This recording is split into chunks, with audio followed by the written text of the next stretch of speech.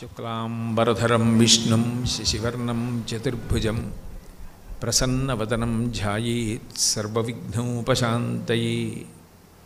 గురుర్బ్రహ్మా గురుర్విష్ణుః గురుర్దేవో మహేశ్వరః గురుః సాక్షాత్ పరం బ్రహ్మ తస్మై శ్రీగురవే నమః. వ్యాసాయ విష్ణురూపాయ వ్యాసరూపాయ విష్ణవే నమో వై బ్రహ్మనిధయే వాసిష్ఠాయ నమో నమః. కూజంతం రామ రామీతి మధురం మధురాక్షరం ఆరుహ్య కవితాశాఖాం వందే వాల్మీకికోకిలం. శ్రుతిస్మృతిపురాణానాం ఆలయం కరుణాలయం నమామి భగవత్పాదశంకరం లోకశంకరం. వాగర్ధావివ సంపృక్తౌ వాగర్ధప్రతిపత్తయే జగతః పితరౌ వందే పార్వతీ పరమేశ్వరౌ. సూక్తిం సమగ్రయతున స్వయమేవ లక్ష్మీ శ్రీరంగరాజమహిషీమధురైకటాక్షైః వైదగ్ధ్యవర్ణగుణగుంభనగౌరవైర్యాం కండూలకర్ణకుహరాः కవయోధయంతి. హైమోర్ధ్వపుండ్రమజహన్మకుటం సునాసం మందస్మితం మకరకుండలచారుగండం బింబాధరం బహుళదీర్ఘకృపాకటాక్షం శ్రీవేంకటేశముఖమాత్మని సన్నిధత్తాం. విమలపటి కమలకుటి పుస్తకరుద్రాక్షసస్తహస్తపుటి కామాక్షి పక్ష్మలాక్షి కలిత విపంచి విభాసి వైరించి. హరి ఓం. పరమేశ్వర స్వరూపైన సభకి నమస్కారం. ఈరోజు ఇంత పరమ పవిత్రమైన రోజున అన్న మాట ఎందుకు చెప్పానంటే, గురుమండల స్వరూపిణి అయినటువంటి ఆ పరదేవత కంచి కామకోటి పీఠానికి 68వ పీఠాచార్యులు, నడిచే దేవుడు అపర శంకరాచార్యుల వారి అవతారమని పేర్గాంచినటువంటి శ్రీ శ్రీ శ్రీ చంద్రశేఖరేంద్ర సరస్వతి మహాస్వామి వారి రూపంలో ప్రభవించినటువంటి పవిత్రమైన రోజు.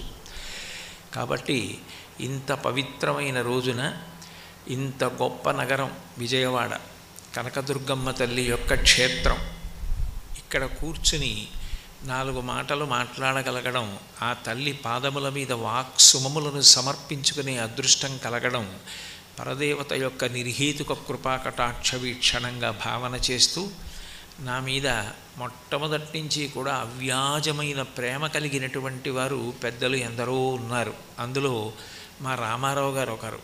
ఆయనకి నేనంటే విశేషమైన ప్రేమ. మీరు కనకదుర్గమ్మ తల్లి దేవస్థానానికి వచ్చి ప్రసంగం చెయ్యాలి అని అడుగుతూ వచ్చారు. అది అనుకోకుండా అటు తిరిగి ఇటు తిరిగి ఇంత పవిత్రమైన రోజున మాట్లాడే అదృష్టం కలగడం ఆ తల్లి యొక్క అనుగ్రహ విశేషం. మనకి శాస్త్రంలో సాధారణంగా పరబ్రహ్మ అని ఒక మాట వాడుతూ ఉంటాం.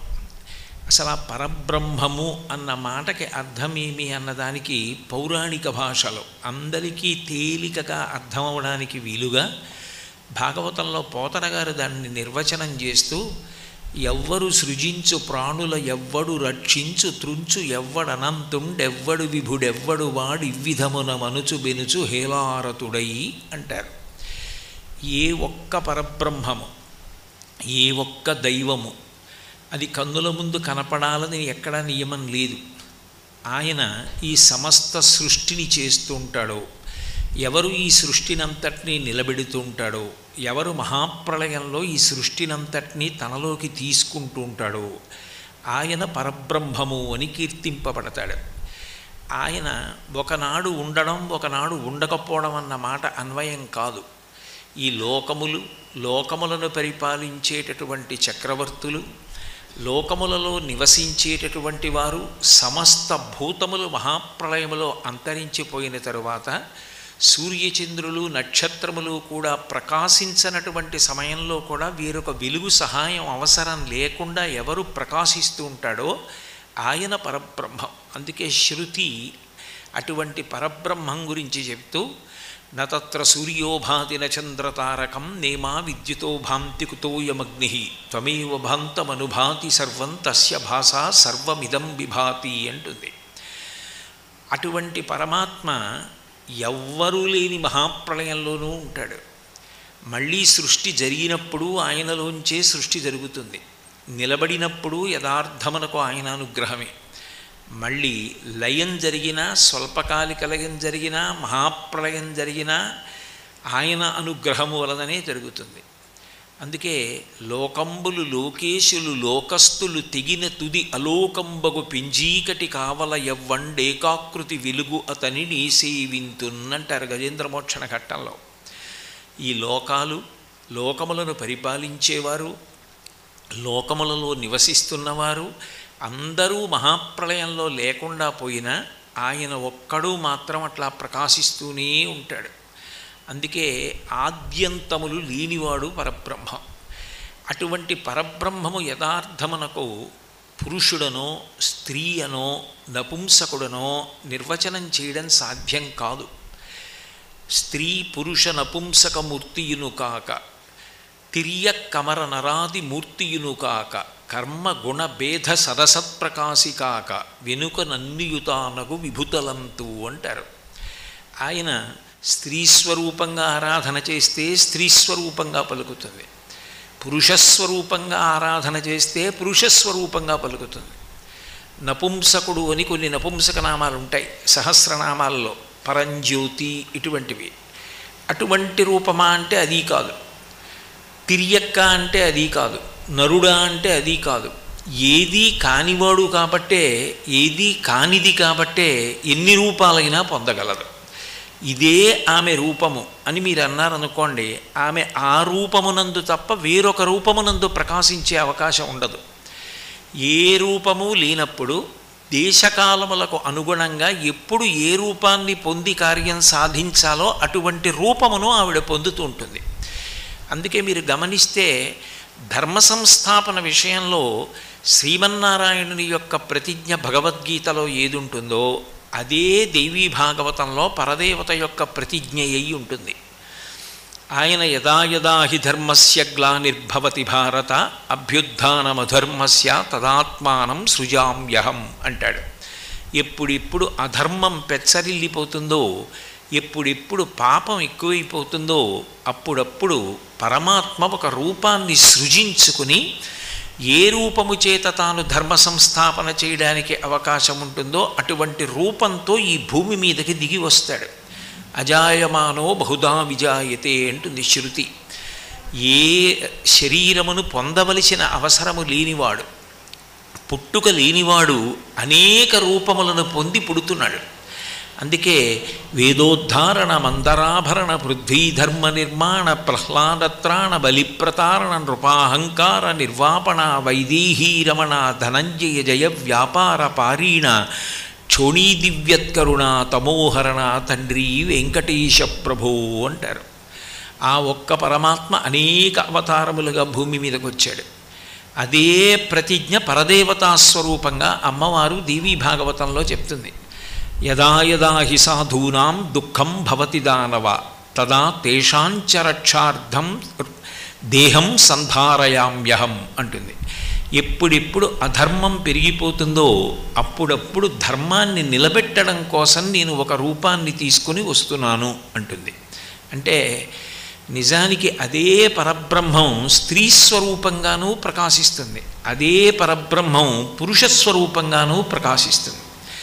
ఇందులో మీరు చమత్కారం గమనిస్తే అందరూ ఆరాధించి తీరవలసినటువంటి రూపంగా వేదముల చేత ప్రస్తుతి చేయబడినది తెలిసినా తెలియకపోయినా, పండితుడైనా పామరుడైనా, స్త్రీ పురుష పండిత పామర కుల మత వివక్ష లేకుండా అందరూ ఆశ్రయించేది ఆరాధించేది ఎవరిని అంటే అమ్మరూపంగా పరదేవతని ఆరాధన చేస్తారు.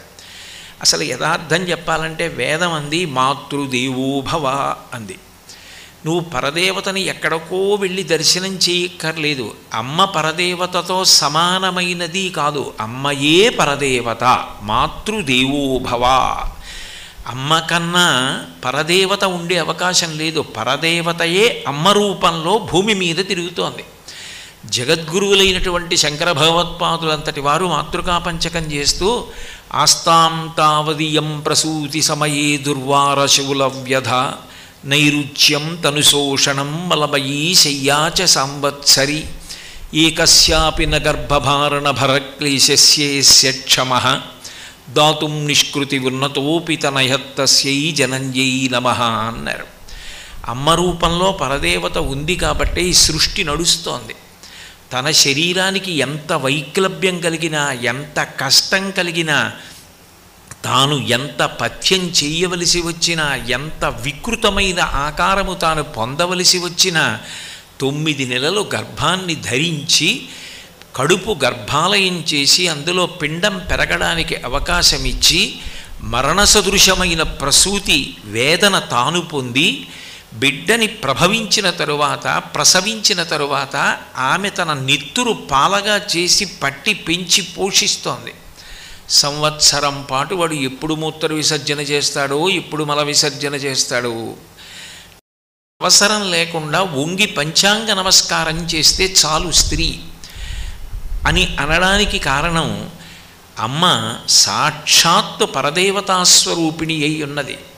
సృష్టికర్త, స్థితికర్త, ప్రళయకర్త 3 కలిసి ఒకటిగా నిలబడినప్పుడు జ్యోతిస్వరూపంగా ఏ పరబ్రహ్మం ఉంటుందో అదే స్త్రీ స్వరూపంగా కూడా నిలబడుతుంది. అది సనాతన ధర్మం యొక్క ప్రత్యేకత. అందుకే మీరు చూడండి, అమ్మని ఆరాధించడం అనేది సనాతన ధర్మంలో అత్యంత ప్రధానమైన విషయం. వేదం చదువుకోవడమో, సంస్కారమును పొందడమో, ప్రతిరోజు వేదాధ్యయనం చేయడం, ఇటువంటివి చేసేవాళ్ళు గాయత్రి అన్న పేరుతో అమ్మవారిని ఉపాసన చేస్తారు.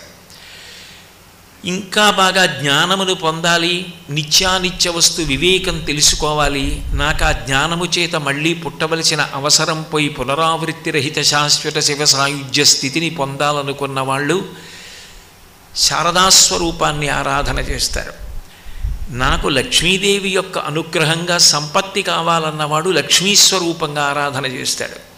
శక్తి కావాలన్నవాడు పార్వతీదేవిని ఆరాధన చేస్తాడు. ఏమీ తెలియనటువంటి వాడు కూడా పోలేరమ్మ, మరిడమ్మ, తలుపులమ్మ ఇటువంటి పేర్లతో గ్రామదేవతగా ఆరాధన చేస్తారు. ప్రతి ఊరికి కూడా అధిష్టాన దేవతగా అమ్మవారు ఉంటుంది అన్న విషయం రఘువంశంలో ఆ రామచంద్రమూర్తి యొక్క కుమారుడైనటువంటి కుశుడు అయోధ్యానగరాన్ని విడిచి వెళ్ళిపోయినప్పుడు అయోధ్యానగర అధిష్టాన దేవత స్త్రీస్వరూపంలో ప్రత్యక్షమై ఇంతకాలం ఇక్ష్వాకు వంశం పరిపాలన చేసిన రాజధాని విడిచిపెట్టి వెళ్ళిపోతావా, వెనక్కి వచ్చేసేయమని పిలిచింది. అందుకే ఊరు విడిచిపెట్టి వెళ్ళిపోయే ముందు ఎవరికి నమస్కారం చేస్తారు అంటే ఊరి అధిష్టాన దేవతకి నమస్కారం చేస్తారు. ఇప్పుడు ఇవాళ నేను కాకినాడ విడిచిపెట్టి విజయవాడ ప్రవచనానికి వస్తున్నాను అనుకోండి, పులిమేర దాటే ముందు సర్వదా సర్వదేశేషు పాతుత్వాం భువనేశ్వరి మహామాయా జగద్ధాత్రి సచ్చిదానందరూపిణి అని చెప్పి వస్తాను. సర్వదేశములయందు సర్వకాలములయందు నన్ను పొదివి పట్టి రక్షించి కాపాడి నేను మళ్ళీ క్షేమంగా ఈ ఊరు తిరిగి వచ్చి ఇక్కడ నూకలు తినాలి, అన్నం తినాలి, అందుకని నూకాలమ్మ, అమ్మ నన్ను అనుగ్రహించు అని ఊరి అధిష్టాన దేవత గ్రామదేవత అంటారు. ఆవిడికి నమస్కారం చేసి వస్తాం. మళ్ళీ ఊరిలో ప్రవేశించే ముందు మళ్ళీ ఒకసారి అమ్మవారికి నమస్కారం చేసి, అమ్మ ఏ ప్రమాదం జరగకుండా, ఏ ఇబ్బంది లేకుండా క్షేమంగా సంతోషంగా నేను వెళ్ళిన కార్యక్రమాన్ని సఫలీకృతం చేసుకుని తిరిగి రావడానికి నా యందు శక్తిగా ప్రవేశించి నడిపించిన ఓ పరదేవత నీకు నమస్కరిస్తున్నానని నమస్కరించి పొలిమేర దాటి ఊరిలోకి వెడతారు. అంటే అసలు అమ్మవారి ఆరాధన లేకుండా ఉండడం అన్నది సనాతన ధర్మంలో లేదు. ఎందుకనంటే ప్రథమ నమస్కారం అమ్మతో మొదలైంది. మాతృదేవో భవ, పితృదేవో భవ, ఆచార్య దేవో భవ, అతిథి దేవో భవ. మొదటి నమస్కారం ఎవరికి అంటే అమ్మకే. సృష్టికర్త ఆమెయే. ఆమెయే లోపల పిండం పెరగడానికి కారణమైంది. బిడ్డ పుట్టగానే తండ్రి ఎన్ని కోట్లకు పడగలెత్తినవాడైనా పోషించలేడు. పాలిచ్చి పోషించేది అమ్మ, స్థితికర్త. పిల్లవాడికి నిద్ర పట్టాలి అంటే అమ్మ స్పర్శ తగిలి అమ్మ జోకుడితే నిద్రపోతాడు. స్వల్పకాలిక లయానికి నిద్ర అని పేరు. స్వల్పకాలిక లయం చేస్తుంది కాబట్టి అమ్మ పరదేవత. సృష్టి, స్థితి, లయ మూడిటిని అమ్మ చెయ్యగలదు. అందుకనే సాక్షాత్ ఆ పరదేవతయే భూమి మీద అమ్మగా ఉంది. అందుకని తొలి నమస్కారం ఎవరికి అంటే అమ్మకి. అటువంటి అమ్మ దుర్గమ్మగా వెలిసి ఉంది. కొన్ని కొన్ని చోట్ల మీరు అమ్మవారి యొక్క స్వరూప వైశిష్ట్యాన్ని పరిశీలనం చేస్తే అవి సాక్షాత్ పరబ్రహ్మస్వరూపిణిగా ఉంటుంది. అంటే ఆమెయే సృష్టికర్త, ఆమెయే స్థితికర్త, ఆమెయే ప్రళయకర్త. అప్పుడు ఆమె ఇవ్వలేనిదన్నమాట అన్వయం కాదు. ప్రభుత్వము అని నేను ఒక మాట అన్నాను అనుకోండి, సర్వాధికారములు ప్రభుత్వమునందు నిక్షేపింపబడి ఉంటాయి. అదే ప్రభుత్వము ద్వారా రక్షణ కావలసి వచ్చిందనుకోండి, రక్షణ భటుల ద్వారా లభిస్తుంది. దేవాలయాల నిర్వహణ, దేవాలయాలలో పూజలు జరగడం, దేవాలయాల్ని ఆలంబనం చేసుకొని సంస్కృతిని నిలబెట్టుకొని ధర్మం కాపాడబడడం దేవాదాయ ధర్మాదాయ శాఖ చేస్తుంది. వైద్యం కావలసి వస్తే వైద్య ఆరోగ్య శాఖ చేస్తుంది. ఒకే ప్రభుత్వం ఇన్ని విభాగాల ద్వారా పనిచేసి ప్రజా సంరక్షణ క్షేమాన్ని చూసినట్టు ఒకే పరదేవత అనేక మంది దేవతల ద్వారా అనేక కార్యములను నిర్వహిస్తూ ఉంటుంది. సృష్టి స్థితి లయ మూడిటిని చెయ్యగలిగినదై పరబ్రహ్మస్వరూపిణి అయి దేనినైనా ఇవ్వగలిగినటువంటి స్వరూపాలుగా కొన్నిటిని కీర్తిస్తారు. అట్లా కీర్తింపబడేటటువంటి రూపాలలో దుర్గమ్మ, లలితా త్రిపుర సుందరి, కామాక్షి పరదేవత, శారదా పరదేవత వీళ్ళందరినీ కూడా సాక్షాత్ పరబ్రహ్మస్వరూపిణిగా కీర్తిస్తూ ఉంటారు. అంటే వాళ్ళకి పరిమితులు లేవు. కామకోటి అని పిలుస్తారు. కోటి అంటే హద్దు, కోరికకి హద్దు. నీ కోరిక ఏదైనా కావచ్చుగాక, దానికి ఒక హద్దు ఉంటుంది. నాకు చదువు కావాలి, ఎంతవరకు చదువు కావాలి అంటే నేనెవరో నాకు యథార్థముగా తెలిసిన తరువాత ఇంకా చదువు పూర్తయిపోయినట్టే. అందుకే వేదము అంటారు. వేదము అంటే విద్ అన్న ధాతువులోంచి వచ్చింది. ఏది తెలుసుకోవాలో అది తెలుసుకున్న తర్వాత ఇక తెలుసుకోవడానికి ఏమీ లేదు. నేను ఆత్మ అని తెలియబడిన తర్వాత ఇక తెలుసుకోవడానికి ఏం లేదు. కోటి అంటే హద్దు. చిట్ట చివర ఎంతవరకు ఇవ్వవచ్చో ఇక ఇవ్వడానికి ఆ తర్వాత ఏది ఉండని స్థితి ఎక్కడుంటుందో అక్కడ వరకు ఇవ్వగలిగినటువంటి దేవతాస్వరూపాలు, వాటిని పరబ్రహ్మస్వరూపిణి అంటారు. అటువంటి రూపాలలో దుర్గమ్మ ఒకతే. అందుకే దుర్గమ్మని కీర్తిస్తూ పోతనగారు భాగవత రచన ప్రారంభంలోనే ఒక మాట అంటారు. అమ్మలగన్నయమ్మ ముగురమ్మల మూలపుటమ్మ చాలా పెద్దమ్మ, సురారులమ్మ కడుపారడి బుచ్చినయమ్మ, తన్ను లోనమ్మిన వేల్పుటమ్మల మనంబున ఉండెడియమ్మ దుర్గమాయమ్మ, కృపాబ్ధినిచ్యుత మహత్వ కవిత్వ పటుత్వ సంపదల్ అన్నారు. యథార్థానికి పోతనగారు మహాదార్శనికుడు. పండితుడు అంటే పద్యాలు వచ్చినవాడు అని కాదు. పండాహ అంటే సహజముగా జ్ఞానమును పొందినవాడు. కోట్ల జన్మలలో ఎక్కడో ఈశ్వరోపాసన చెయ్యగా చెయ్యగా చెయ్యగా అది ఏదో ఒక జన్మలో పండుతుంది. చంద్రశేఖరేంద్ర సరస్వతి మహాస్వామి వారు బ్రహ్మజ్ఞానమును పొందినట్టు, శృంగేరి చంద్రశేఖర భారతీ స్వామి వారు పొందినట్టు, రామకృష్ణ పరమహంస పొందినట్టు, వివేకానంద స్వామి పొందినట్టు, అరుణాచలంలో భగవాన్ రమణులు పొందినట్టు కోట్ల జన్మల తర్వాత ఎప్పుడో అది అట్లా ఫలిస్తుంది. బహూనాం జన్మనామంతే జ్ఞానవాన్ మాం ప్రపద్యతే వాసుదేవ సర్వమితి స మహాత్మా సుదుర్లభ అంటాడు గీతాచార్యుడు. కోట్ల జన్మల తర్వాత ఎప్పుడో ఆ చేసిన పుణ్యం ఫలించి అంతటా పరబ్రహ్మమే అన్న ఎరుక పొందుతారు. అది అద్వైతానుభూతి అని కీర్తింపబడుతుంది. అటువంటి స్థితిని పొందినవారు పోతనగారు. అందుకని ఆయనని పండితుడు అని పిలుస్తారు. ఆయన దుర్గమ్మ అన్న మాటని నిర్వచనం చేశారు. ఎంత అద్భుతంగా చెప్పారంటే ఒక పద్యంలో నిజానికి తెలుగు జాతి రుణపడింది పోతనగారికి. ఎందుకనంటే ఏ బీజాక్షరములు అన్వయం చేసి అమ్మవారిని మనం పూజిస్తామో ఆ ప్రధాన బీజాక్షరాలన్నింటినీ కూడా తెలుగులో పద్యంగా మార్చారు. బీజాక్షరాన్ని ఉచ్చరించవలసి వచ్చిందనుకోండి, దానికి కొంత శౌచం అవసరం అవుతుంది. బీజాక్షరాన్ని పలికేటప్పుడు జాగ్రత్తగా ఎక్కడా ఉచ్చారణ దోషం లేకుండా పలకవలసి ఉంటుంది. అటువంటి ఇబ్బంది రాకుండా ఆ బీజాక్షరముల చేత ఏ తల్లి మనల్ని అనుగ్రహిస్తోందో ఆ తల్లిని పిలవడానికి తేలికగా తెలుగు పద్యంగా అనుగ్రహించారు. అమ్మలగన్నయమ్మ. ఏ అమ్మలని కన్నా అమ్మ అంటే పరదేవతా స్వరూపాలైనటువంటి లోకంలో ఉన్న సమస్త అమ్మలను గన్న అమ్మ. అమ్మలగన్నయమ్మ మూరమ్మల మూలపుటమ్మ.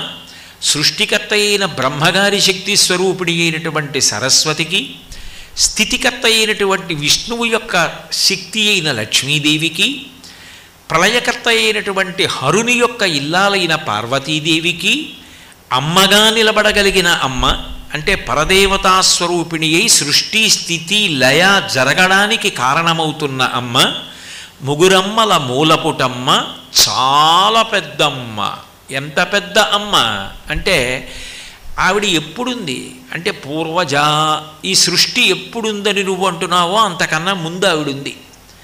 ఈ సృష్టి ఎప్పుడు మహాప్రళయంలో లేకుండా పోతుందో అప్పుడు ఆవిడుంది. మరి అప్పుడు ఉండి ఇప్పుడు ఉంటే ఆవిడ చాలా వయసులో పెద్దది కదా. అంటే నిత్యయవ్వన.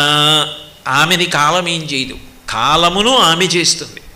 కాలము కూడా ఆగిపోయేటట్టు ఎవరు చేయగలరంటే ఆవిడ చేయగలరు. ఎందుకనంటే కాలము దేని చేత నడుస్తుంది?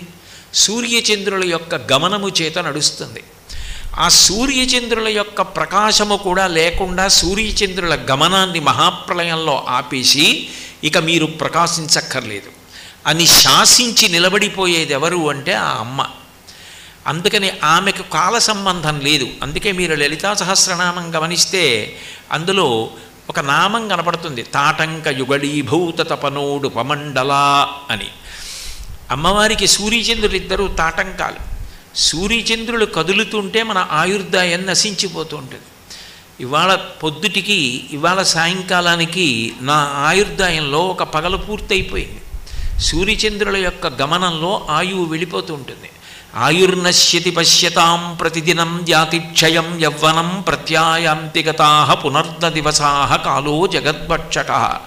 లక్ష్మీస్తోయ తరంగభంగ చపలా విద్యుచ్చలం జీవితం తస్మాన్ మాం శరణాగతిం కరుణయా త్వం రక్ష రక్షాధునా అంటారు శంకర భగవత్పాదులు. సూర్యచంద్రులిద్దరూ కాలస్వరూపంలో లోకాన్ని గ్రసించేస్తూ ఉంటారు. అటువంటి సూర్యచంద్రులు అమ్మవారికి తాటంకాలు, ఆభరణాలు చెవులకు. అంటే ఆమె కాలాన్ని శాసించగలదు తప్ప కాలము ఆమెను శాసించదు.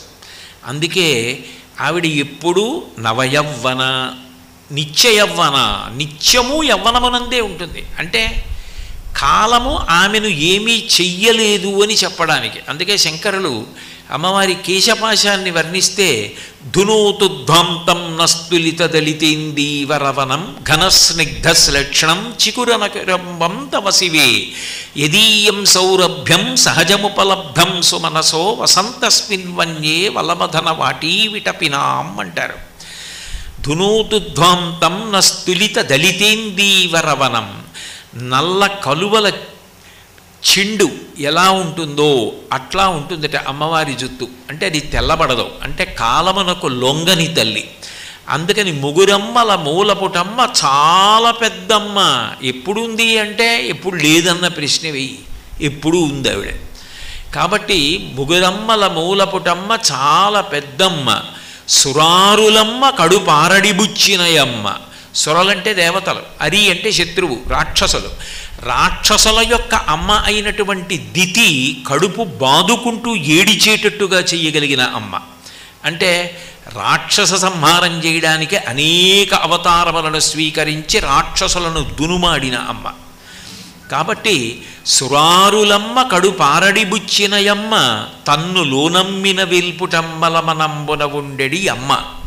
ఆమె తనని ఎవరు లోపల నమ్ముకున్నారో అటువంటి దేవతల యొక్క స్త్రీల మనసులలో ఎప్పుడూ ఉండి వారి వైభవానికి కారణమవుతూ ఉంటుంది. లలితా సహస్రంలో ఒక నామం ఉంది, పులోమజార్చిత అని. పులోమజార్చిత అంటే పులోముని యొక్క కుమార్తె ఇంద్రుని యొక్క భార్య శచీదేవి. శచీదేవి ఎప్పుడూ అమ్మవారిని ఉపాసన చేస్తూ ఉంటుంది కాబట్టి భర్తకి ఇంద్రపదవి లభించింది, ఇంద్రపదవి నిలబడింది. ఆమె ఉపాసనా బలం ఇంద్రుణ్ణి ఇంద్రపదవిలో నిలబెట్టింది. పులోమజార్చిత అని పేరు. కాబట్టి ఆ తల్లి దేవతా స్త్రీల యొక్క మనంబున ముండెడి అమ్మ దుర్గమాయమ్మ. అటువంటి దుర్గమ్మ ఆ పరబ్రహ్మస్వరూపిణి, సృష్టిస్థితి ప్రళయములకు కూడా కారణమైనటువంటి తల్లి దుర్గమాయమ్మ కృపాబ్ధినిచ్చుట. ఆమె దయతో మాకివ్వాలి. ఏమివ్వాలి అంటే కవిత్వ, మహత్వ, పటుత్వ, సంపదల్ అన్నారు. అందులో మహత్వ అంటే ఓం, మహత్వానికి అంతటికీ బీజాక్షరంగా ఓంకారాన్ని చెప్తారు. మహత్వ.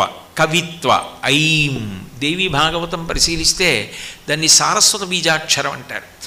ఐం ఓం ఐం. పటుత్వానికి హ్రీం బీజాక్షరం. ఆ హ్రీం భువనేశ్వరి బీజాక్షరం. భువనేశ్వరి బీజాక్షరం కాబట్టి దాని మీద శంకరాచార్యుల వారు పరమాద్భుతమైనటువంటి ఒక పెద్ద స్తుతి పాఠాన్ని రాశారు. కళ్యాణ స్తుతి అని పరమాద్భుతమైనటువంటి స్తుతి. కాబట్టి అది పటుత్వానికి గుర్తు ఆ బీజాక్షరం. ఓం ఐం హ్రీం సంపదల్, ఐశ్వర్యం, లక్ష్మీదేవి. శ్రీం ఓం ఐం హ్రీం శ్రీం మహత్వ, కవిత్వ, పటుత్వ, సంపదల్ అని తెలుగులోకి మార్చి ఓం ఐం హ్రీం శ్రీం అమలగన్నయమ్మ ముగురమ్మలమూల పుటమ్మ శ్రీమాత్రే నమః. ఓం ఐం హ్రీం శ్రీం శ్రీమాత్రే నమః ఎవరు అంటే దుర్గమాయమ్మ కృపాబ్ధినిచ్యుత మహత్వ, కవిత్వ, పటుత్వ, సంపదల్.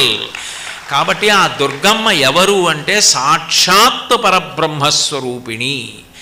ఏమిటి ఆవిడికున్న లక్షణం అంటే ధార్మికుడైన వారెవరుంటాడో, ధర్మము కోసం ఎవడు తాపత్రయపడుతుంటాడో, ధర్మం కోసం ఏ భోగాన్నైనా నేను పరిత్యజిస్తాను, అధార్మికమైన భోగం నాకు అక్కర్లేదు, నాకు ధార్మికమైన సుఖం కావాలి అని ఎవడు కోరుకుంటాడో అటువంటి వాడికి ఆ తల్లి ఏదైనా ఇవ్వడానికి కారణం ఏమై ఉంటుంది అంటే ఆయన చేసిన ఒక్క నమస్కారం. ఆయన ఎంత పూజ చేశాడన్న దాంతో సంబంధం లేదు. సకృన్నత్వానత్వా కథమివ సతాం సన్నిధదతే అన్నారు శంకరులు సౌందర్యలహరిలో. సకృన్నత్వానత్వా, ఒక్కసారి ఆయన నమస్కారం చేస్తే చాలట అమ్మవారు కటాక్షించేస్తుంది, కురిపించేస్తుందిట. ఎందుకు కురిపిస్తుంది అంటే ఆమెకి ధర్మం అంటే అంత ఇష్టం.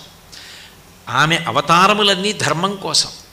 ధార్మికుడైన వాడెవరున్నాడో ఆయన ఒక సంకల్పం చేశాడనుకోండి, అది అవ్వాలని కోరుకుంటుంది. అందుకే పెద్దలు ఒక మాట చెప్తారు, యోగి సత్యమును మాట్లాడడం కాదు, యోగి మాట్లాడినది సత్యమయ్యేటట్టు అమ్మవారు చేస్తుంది. మీరు అందుకే కొందరి జీవితాలని పరిశీలిస్తే కొన్ని ఆశ్చర్యకరమైన విషయాలు కనపడతాయి.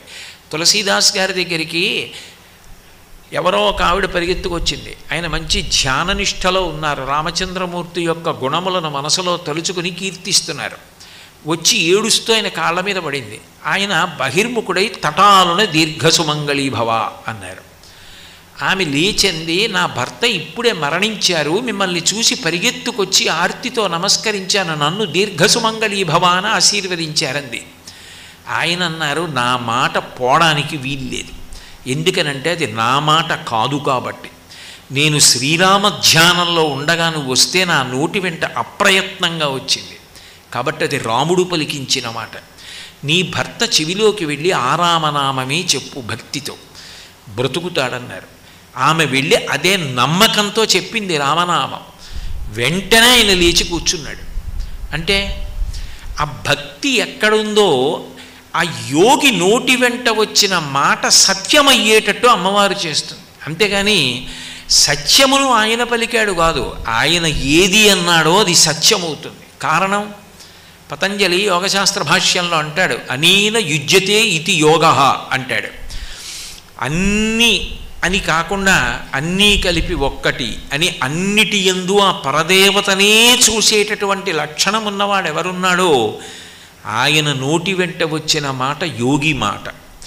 అటువంటి దుర్గమ్మ ఏది ఇవ్వలేదు అన్న మాట ఉంటుంది తప్ప ఇది ఇస్తుంది అన్న మాట ఉండదు. పరబ్రహ్మస్వరూపిణి అయినటువంటి దుర్గామాత నామం అందుకే అంత గొప్పది అన్నారు. లోకంలో ఎప్పుడైనా ఒక నామము వచ్చింది అంటే ఆ నామము బాలసారి చేసి పెట్టినది కాదు భగవంతుడికి. భగవంతుడికి బాలసార చేసి పేరు పెడితే వస్తుందా? ఆయనకి సహస్రనామాలు ఉంటాయి, 108 నామాలు ఉంటాయి. మధ్యలో 300, 475, 576 ఉండవు. ఎందుకు ఉండవు అంటే ఎవరు పుట్టినా నక్షత్రం ప్రధానం. మనకున్నవి 27 నక్షత్రాలు. ఒక్కొక్క నక్షత్రానికి 4 పాదాలు. 27 × 4 108 పాదాలు. 108 పాదములలో పుట్టినటువంటి 2 కాళ్ళున్న ప్రాణులు, 4 కాళ్ళున్న ప్రాణులు అన్నీ సుఖ సంతోషములతో ఉండాలి. శం ద్విపదే, శం చతుష్పదే, అది వేదహృదయం. అన్నీ బాగుండాలి. అన్నీ బాగుండాలంటే 108 నామాలతో కీర్తిస్తారు. కాదు నాకు పరవశం ఆగదంటే సహస్రం, 1000 నామాలు. సహస్రం అంటే 1000 అని కాదు, అనంతం. అనంతమైన నామాలతో నేను కీర్తించానని గుర్తు. దుర్గమ్మ తల్లి యొక్క వైభవం అంతా ఎక్కడ ప్రకాశిస్తుంది అంటే ఆ తల్లి యొక్క ఆరాధన చేసినప్పుడు, ఆ తల్లిని నమ్ముకున్నప్పుడు ఆమె యొక్క గొప్పతనాన్ని చెప్పడానికి గౌణముగా నామం వచ్చింది. అంటే భగవంతుడు నిర్గుణుడు, ఒక్కొక్క గుణాన్ని ప్రకటించాడు అనుకోండి, అప్పుడు ఆయనకి ఆ గుణము గౌణమై గౌణము నామముగా మారుతుంటుంది. ఉదాహరణ చెప్పాలి అంటే మంగళప్రదత్వం, శుభప్రదత్వం, శోభనత్వం, ఇవన్నీ చెప్పవలసి వచ్చిందనుకోండి శివ అంటారు. వ్యాపకత్వం చెప్పవలసి వచ్చిందనుకోండి విష్ణు అంటారు. ఇది అది అని నేను చెప్పడం సాధ్యం కాదు. రక్షణకి అవసరమైన సమస్త సుగుణములు కూడా ఎక్కడ నిధి అయి ఉన్నాయో ఆమెను దుర్గా అని పిలుస్తారు. అంటే ఒక్కసారి మీరు అన్నారనుకోండి ఆ నామాన్ని, నామి మీ వంక చూస్తాడు. ఇప్పుడు సభ జరుగుతోందనుకోండి, ఎవరో అకస్మాత్తుగా లేచి కోటేశ్వరారు అన్నారనుకోండి, నేను తటాలన్నట్టు చూస్తాను. ఎందుకంటే అది నా పేరు కనుక. భగవంతుడికి పేరన్నది లేకపోయినా ఆయన గుణప్రకటనం చేసినప్పుడు గౌణమై ఆయనకి నామం వచ్చింది కాబట్టి నామమునకు నామి స్పందిస్తారు. అది భగవత్ లక్షణం. అందుకే నామము అంత గొప్పదైంది. అందున కలియుగంలో నామం మరీ గొప్పది. నామస్మరణ ధన్యోపాయం నహిపశ్యామో భవతరణి అంటారు. కలియుగంలో నామం పలకడానికి అంత గొప్పతనం. వ్యాసుడంతటి వాడు భాగవతం చేసేటప్పుడు ఒక మాట అంటాడు, హరినామస్తుతి చేయు కావ్యము సువర్ణాంభోజి హంసావళీ సురుచిభ్రాజితమై మానస సరస్ఫూర్తిన్ వెలుంగొందు శ్రీ హరినామస్తుతి లేని కావ్యము విచిత్రార్థాన్వితంబయ్యు శ్రీకరమయ్యుండదయోగ్య దుర్మదనత్కాకోల కర్తాకృతిన్ అంటాడు. భగవంతుని యొక్క నామములు, మంచి గుణములు, భక్తులు వాళ్ళ కథలు చెప్పిన గ్రంథములు చదువుతారు. అవి మానస సరోవరముల వంటివి. అక్కడికి హంసలు పెడతాయి. తద్దినం పెట్టినటువంటి విస్తళ్ళు పారేసినటువంటి రేవులకు కాకులు పెడతాయి. భగవత్ సంబంధము లేని సాహిత్యాన్ని భాగవతులైన వారు ఇష్టపడరు. అందుకే భగవంతుని యొక్క నామము కీర్తించడం అంత ప్రధానం. భాగవతంలో ఒక మాట అంటారు, భగవంతుడు యొక్క గొప్పతనం ఏమి అంటే ధన్యున్ లోకమనోభిరాము కుల విద్యారూప తారుణ్య సౌజన్య శ్రీ బల దాన శౌర్య కరుణా సంశోభితున్ నిన్నేకన్యల్ కోరదేవుని రమాకాంతాలామంబు రాజన్యానేకవ సింహ నావలననే జన్మించనే మోహముల్ అంటుంది రుక్మిణీదేవి కృష్ణ పరమాత్మను ఉద్దేశించి. నీ యందు ఇన్ని గుణాలున్నాయింది, ఇదిగో ఈ గుణం మాత్రం ఈమె యందు లేదు అని చెప్పడానికి వీలు లేకుండా అన్ని గుణములు ఒక చోట మూర్తీభవించి నిలబడితే చాలా తేలికగా ఆ గుణములు కలిగినటువంటి తల్లి ప్రతిస్పందించి రక్షణ ఇవ్వవలసి వస్తే అప్పుడు ఆ గుణముల యొక్క రాశికి పేరేమి అంటే దుర్గా. దుర్గా అన్న 2 అక్షరాల్ని ప్రభాత కాలమునందు, అంటే ప్రభాతం అంటే భాతం అంటే కాంతి అని, ప్రభాతం అంటే కాంతి రావడానికి ముందు, సూర్యోదయాత్ పూర్వం, అది సుప్రభాతం.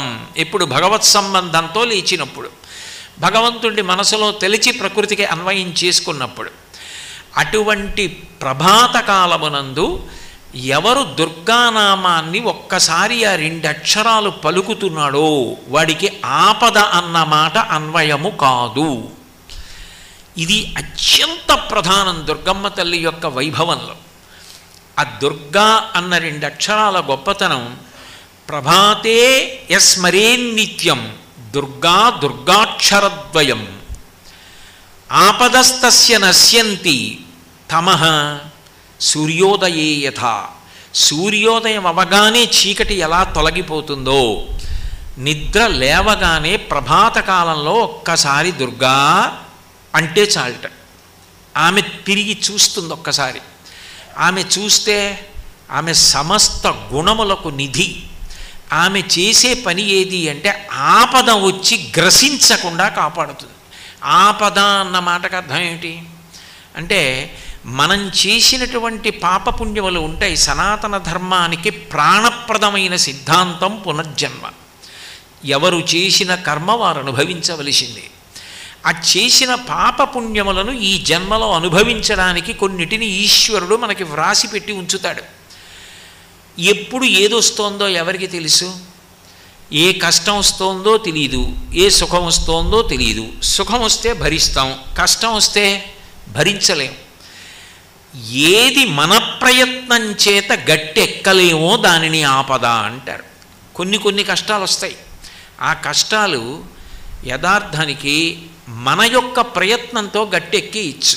అంటే అవి కొంత కష్టపెట్టి తొలగిపోతాయి. ఉదాహరణకి ఏదో అనారోగ్యం వచ్చిందనుకోండి, జ్వరం వచ్చింది, కొంత ద్రవ్యం పోయింది, ద్రవ్యం ఖర్చు పెట్టాడు, కొన్నాళ్ళు అన్నం తినడానికి అవకాశం లేదు, మంచాన పడుకున్నాడు, నిత్యకృత్యాలు చేయలేకపోయాడు, కొంత సుఖాన్ని పోగొట్టుకున్నాడు, దుఃఖం అనుభవించాడు, జ్వరం తగ్గిపోయింది. ఆపద అట్లా కాదు. ఆపద ఏ కారణము చేత, మీ ప్రయత్నము చేత మీరు తొలగించుకోలేకపోతే ఆపద అంటారు. ఈ ఆపద అన్న లక్షణానికి తేలిక ఉదాహరణ, నేను తరచుగా ప్రస్తావించేటటువంటి ఉదాహరణ ఒక్కటే. తేలికగా అర్థం అవడానికి చెప్పేది, నా జీవితంలో నేను ప్రత్యక్షంగా ఒకసారి అనుభవించినది చెప్తున్నాను. ఓసారి నేను సామర్లకోటలో పనిచేసే రోజుల్లో చీకట్లో, అప్పుడు ద్విచక్ర వాహనం మీద ఇంటికి వెళ్ళిపోతున్నాను. రాత్రి 9 గంటలు అవుతోంది, బాగా ఆలస్యం అయిపోయింది. కార్యాలయంలో పని ఒత్తిడి చేత ఇంటికి వెళ్ళిపోతున్నాను. పుంత మార్గంలో వెళ్ళేవాళ్ళం. అప్పుడు పెద్ద నల్లత్రాచ ఒకటి అక్కడ తిరుగుతూ ఉండేదని చెప్పేవారు. ఆ రోజున వర్షం పడింది, యువతల వైపు నీళ్లు నిలబడ్డాయి. బహుశా కప్పని పట్టుకోవడం కోసంలా ఉంది. తోక చాలా భాగం అటుంది, తల భాగం ఇటుంది, నీళ్ల వైపుకి పెట్టుకుని పడుకునుంది. దగ్గరకు వచ్చేసిన తర్వాత చూశాను నేను. అకస్మాత్తుగా ఆపేశాను. దాన్ని తొక్కడం ఇష్టం లేకో మరి ఏమో, నాకు ఆలోచన లేదో ఆపేశాను. కానీ ఒక కాలు నేల మీద ఉంది, ఒక కాలు ద్విచక్ర వాహనం మీద ఉంది. వెలుగుతోంది దీపం, స్ఫుటంగా కనపడుతోంది పాము. అది వెనక్కి వచ్చింది, వచ్చి పడగెత్తింది. ఎత్తితే అక్కడే కింద కాలుంది, అంత ఎత్తింది. ముందు చక్రం ఎత్తుంటుందో అంతకన్నా ఎత్తు వరకు పడగెత్తింది. స్పష్టంగా దాని కృష్ణపాదాలు మెరిసిపోతూ నాలుకలు కళ్ళు కనపడుతున్నాయి. అది కొడితే నా ఎడం చేతిని కొట్టచ్చు, నా ఎడం పాదాన్ని కొట్టచ్చు. అదొకసారి పైకి కిందకి చూసి తల దింపి వెనక్కి వెళ్ళిపోయింది. అది ఏమీ చేయలేదు. అది ఎందుకు చేయలేదంటే దానికి ఏం కారణం చెప్పాలి? అప్పుడు తప్పించుకోవడానికి నేను కేంద్ర ప్రభుత్వంలో పనిచేస్తున్నానని నా గుర్తింపు పత్రం చూపిస్తే వదిలిపెడుతుందా? నాకు 2 పిల్లలు ఉన్నారమ్మా, చదువుకుంటున్నారంటే వదులుతుందా? నా భార్య ఉందమ్మా, దాని పసుపు కుంకాలు నా మీద ఆధారపడ్డాయంటే వదిలిపెడుతుందా? కాదు. అప్పుడు నువ్వు కరవకు అని శాసించగలిగినవాడు నేను నమ్మినవాడు. అది అప్పుడు తలదించి వెళ్ళిపోవాలి తప్ప వేరొక ఏ కారణానికి మీరు తప్పించుకోలేరు. దానిని ఆపద అని పిలుస్తారు శాస్త్రంలో. దీన్ని అద్భుతంగా వర్ణిస్తాడు భీష్ముడు. భాగవతంలో ప్రథమ స్కంధంలోనే అంపశయ్య మీద పడుకుని ఉన్నాడు. పరిగెత్తుకొచ్చి చెప్పారు, రాత్రికి రాత్రి అశ్వత్థామ ఉపపాండవులందరినీ చంపేశాడు, దృష్టజ్యుమ్నుడిని చంపేశాడు, ఏనుగుల్ని గుర్రాల్ని అన్నింటినీ చంపేశాడు, ఇంత స్వైరవిహారం చేసేశాడు. అంటే ఆయన అన్నాడు, మహాజ్ఞాని భీష్ముడు, రాజట ధర్మజుండు, సురరాజసుతుండట ధన్వి, శాత్రవోద్వీజకమైన గాండివము విల్లు అట, సారథి సర్వభద్ర సంయోజకుడైన చక్రియట, ఉగ్రగదాధరుండు భీముడై యాజికి తోడువచ్చునట, ఆపద కల్గుటకేమి చిత్రమో అన్నాడు. అది ఆపదంటే, అది భీష్ముడంటే. అంత గొప్పగా మాట్లాడాడు. రాజట ధర్మజుండు, ఇన్నాళ్ళు దుర్యోధనుడు రాజు కాబట్టి ఆపద వచ్చిందంటే ఏదో దుర్యోధనుడు కుట్రలు కుతంత్రాలు చేసి పాండవుల్ని పాడి చేశాడు అనుకోవచ్చు. పడిపోయాడు దుర్యోధనుడు, తొడలు విరిగిపోయి. ఇప్పుడు ధర్మరాజు గారే రాజిక. మరి ధర్మరాజు గారికి ఇంకా పట్టాభిషేకం అవ్వలేదు అంతే. మరి అటువంటి స్థితిలో వచ్చిందేమిటి ఆపద? ఉప పాండవులు అప్పుడు చచ్చిపోయారు. రాజట ధర్మజుండు సురరాజసుతుండట ధన్వి, పక్కన తమ్ముడు అర్జునుడు, ఇంద్రుడి కొడుకు, శాస్త్రవోద్వేజకమైన గాండివము విల్లుయట. గాంధీవం పట్టుకుని వింటినారి లాగి విడిచిపెడితే వచ్చిన ధనికి కొన్ని వేల మంది నెత్తురుకొక్కకు చచ్చిపోతారు. అటువంటి గాంధీవం పట్టుకుంటాడు. సారథి సర్వభద్ర సంయోజకుడైన చక్రియట. అందరినీ కాపాడగలిగిన కృష్ణ పరమాత్మ సారథి. ఉగ్రగదాధరుండు భీముడయ్యాజికి తోడువచ్చునట. ఎప్పుడు గద పట్టుకుని గిరగిరా తిప్పుతో కోపంతో ఉండే భీమసేనుడు పక్కన నిలబడి నడుస్తూ ఉంటాడు ధర్మరాజుకి. ఆపద కల్గుటకేమి చిత్రమో, ఇంతమంది ఉంటే కొడుకులు 5 చచ్చిపోవడం ఏమిటో రాత్రికి రాత్రి అన్నాడు భీష్ముడు. అంటే నిజానికి ఎవరి అనుగ్రహం ఉంటే వాళ్ళు బతికారు. నదీ తీరానికి తీసుకెళ్ళి కృష్ణ పరమాత్మ, కృష్ణుడు దుర్గమ్మ ఇద్దరిది ఒకటే తత్వం, పురుష స్త్రీ స్వరూపాలంతే. నదీ తీరానికి తీసుకెళ్ళి, ఏమో అర్జున యుద్ధం అంతా అయిపోయింది, నీ అక్షయ బాణతూణీరాలు ఆయుధాలు ఏమున్నాయో అన్నీ పట్టుకుని రథంలోంచి కిందకి దిగిపోవు, హనుమ మీరు పతాకంలోంచి వెళ్ళిపోండి అన్నాడు. అన్నీ పట్టుకుని కిందకి దిగిపోయాడు అర్జునుడు. దూరంగా వెళ్ళి నిలబడ్డాడు. కృష్ణ పరమాత్మ ఒక్కసారి రథంలోంచి కిందకి దూకేశారు. రథం భగ్గున కాలిపోయింది. ఆశ్చర్యపోయి అర్జునుడు అడిగాడు, బావా రథం ఎందుకు కాలిపోయింది అన్నాడు. ఇప్పుడు కాలిపోవడం ఏమిటి? భీష్మద్రోణాది మహావీరులు ప్రయోగించిన అస్త్రముల ధాటికి ఎన్నడో కాలిపోయింది.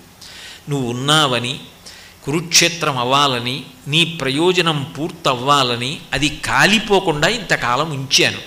ఇప్పుడు విజయం నీకు వచ్చేసింది కాబట్టి, ఇక దాని అవసరం లేదు కాబట్టి ఆ అస్త్రాల గౌరవం నిలబడడానికి కాలిపోవడానికి రథాన్ని అనుమతించానన్నాడు. కృష్ణానుగ్రహం ఉంది, పాండవులు బ్రతికారు. కృష్ణానుగ్రహం ఉంది, ఉప పాండవులు వెళ్ళిపోయారు. ఆ మాటే అనాలి. ఎందుకనంటే వాళ్ళు వెళ్ళిపోవలసినటువంటి దేవతాంశాలు, అక్కడ వాళ్ళని ఉంచకూడదు. ఈశ్వర కృప ఆ కోణంలో లేదు, అందుకని వాళ్ళు వెళ్ళిపోయారు. ఆపద తప్పేది ఎవరి వలన? కేవలము భగవంతుని యొక్క అనుగ్రహము తప్ప. నాకు అది ఉంది ఇది ఉంది అంటే అవన్నీ ఆపద తప్పించుకోవడానికి పనికొచ్చేవి కావు. ఆపదామపహర్తారం దాతారం సర్వసంపదాం లోకాభిరామం శ్రీరామం భూయో భూయో నమామ్యహం. అమ్మవారి గొప్పతనం ఎక్కడుంటుందంటే దుర్గమ్మది నమ శివాభ్యాం అశుభాపహాభ్యాం. అప్పటికి ఏదో కొంచెం కష్టంగా ఉన్నట్టుంటుంది, నిజానికి ఏదో పెద్ద కష్టం రాకుండా ఉండడానికి చిన్న కష్టం పెట్టి తప్పించేస్తుంది. పాము కరవలసినటువంటి వాడికి ఏ దోమో కరుస్తుంది. అంటే చిన్న కష్టాన్ని మాత్రమే పెట్టి పెద్ద కష్టమునకు గురి కాకుండా పక్కకి తప్పించి కాపాడుకుంటుంది. అది అమ్మవారి లక్షణం. ఆపద గడువం బెట్టను ఓపి శుభంబైన దాని నడగూడ్పను అంటాడు మహాభారతంలో. ఆపదని దాటించగలిగినది ఎవరు అంటే దుర్గమ్మ. అందుకే మనకేం తెలుసు ఏ రోజు ఏ క్షణంలో ఏ గంటలో ఏ నిమిషంలో ఏ ఆపద వస్తుందో మనకి తెలిసి ఆ కాలస్వరూపం. దేవి భాగవతంలో వ్యాసుడు అంటాడు, కాలోహి బలవాన్ కర్త సతతం సుఖదుఃఖయో నరాణాం పరతంత్రాణం పుణ్యపాపానుయోగత అంటాడు. చేసిన పాపం తెలియదు, చేసిన పుణ్యం తెలియదు, ఎప్పుడు ఏ ఆపద వస్తుందో తెలియదు, ఎప్పుడు నేల మీద పడిపోవాలో తెలియదు. కానీ ఆపద దగ్గరికి వచ్చేస్తుంటే తటాలున వీపు మీద తట్టి లేపి ఆపద రాకుండా కాపాడేటటువంటి తల్లి బుద్ధి ప్రచోదనం చేసి రక్షించేస్తుంది. అలా చెయ్యగలిగినది ఎవరో ఆమె దుర్గమ్మ. ఆమె ఒక రూపాన్ని ధరించి ఎదురుగుండా నిలబడితే అది ఆమె యథార్థ స్వరూపం కాదు. ఆమె ఒక రూపాన్ని తీసుకుని అలా నిలబడింది. ఒక పెద్ద ముత్తైదువగా అమ్మా అని పిలవగానే పలకడానికి నిలబడింది. అటువంటి దుర్గమ్మ యొక్క 2 అక్షరాలు పలకడం అంత గొప్ప విశేషం. అయితే ఆపద పోవడానికే కాదు సుమా, దుర్గా సప్తశతి అని మార్కండేయ మహర్షి ఇచ్చారు. అద్భుతమైనటువంటి శ్లోకములతో కూడుకున్నది. కానీ ఉపదేశం అవసరం. శ్లోకములే అయినా అవన్నీ మంత్రములే అని. అందుకే ఆ శ్లోకములకే స్వాహాకారంతో చేస్తే చండీ హోమం అయిపోతుంది, పారాయణ చేస్తే తీర్థం తీసుకుంటారు. సప్తశతి అంత గొప్పది. అసలు లోకంలో ఒక మాట చెప్తారు, పురుషార్థములు 4 కదూ, ధర్మ అర్థ కామ మోక్ష. ఈ 4టిని చెప్పడానికి 700 శ్లోకాలతోనే ఇచ్చారు అంటారు. ధర్మం చెప్పవలసి వచ్చిందనుకోండి 700 శ్లోకాలతో అనుధర్మశాస్త్రం. అర్థము చాణక్యుడి యొక్క కౌటిల్యం అర్థశాస్త్రం 700 శ్లోకాలు. కామము చెప్పవలసి వచ్చిందనుకోండి వాత్సాయన కామసూత్రాలు 700 శ్లోకాలు. మోక్షం భగవద్గీత 700 శ్లోకాలు. ఇందులో ధర్మ అర్థ, మీకు అర్థము అంటే ఏ రకమైనటువంటి రక్షణ కావలసి వచ్చినా కేవలము అర్థశాస్త్రముగా పరిపాలన కొరకు చదవడం కాదు. అర్థము అంటే సమస్త భోగ సంచయము అని గుర్తు. యోగక్షేమములు అంటారు. యోగము రావాలి, క్షేమం ఉండాలి. యోగం అంటే కొత్తది కలిసి వస్తూ ఉండాలి. పుట్టినవాడు ఒకటిగా ఉండిపోకూడదు. ధర్మపత్ని రావాలి, కొడుకు పుట్టాలి, కూతురు పుట్టాలి. కొడుకు వలన కోడలు రావాలి, తన కూతురు వేరొకరికి కోడలు కావాలి.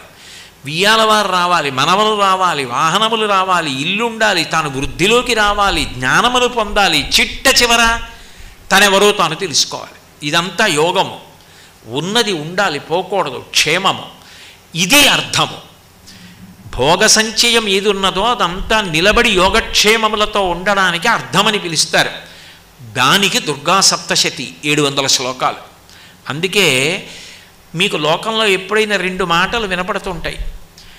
ఎంత ప్రమాదకరమైన విషయమైనా కానివ్వండి, ఇంత పెద్ద కష్టం వచ్చిందండి అన్నారనుకోండి, రుద్రాభిషేకం చేయించండి, సుందరకాండ పారాయణ చేయండి, చండీ హోమం చేయించుకోండి, ఇవి చెప్తుంటారు.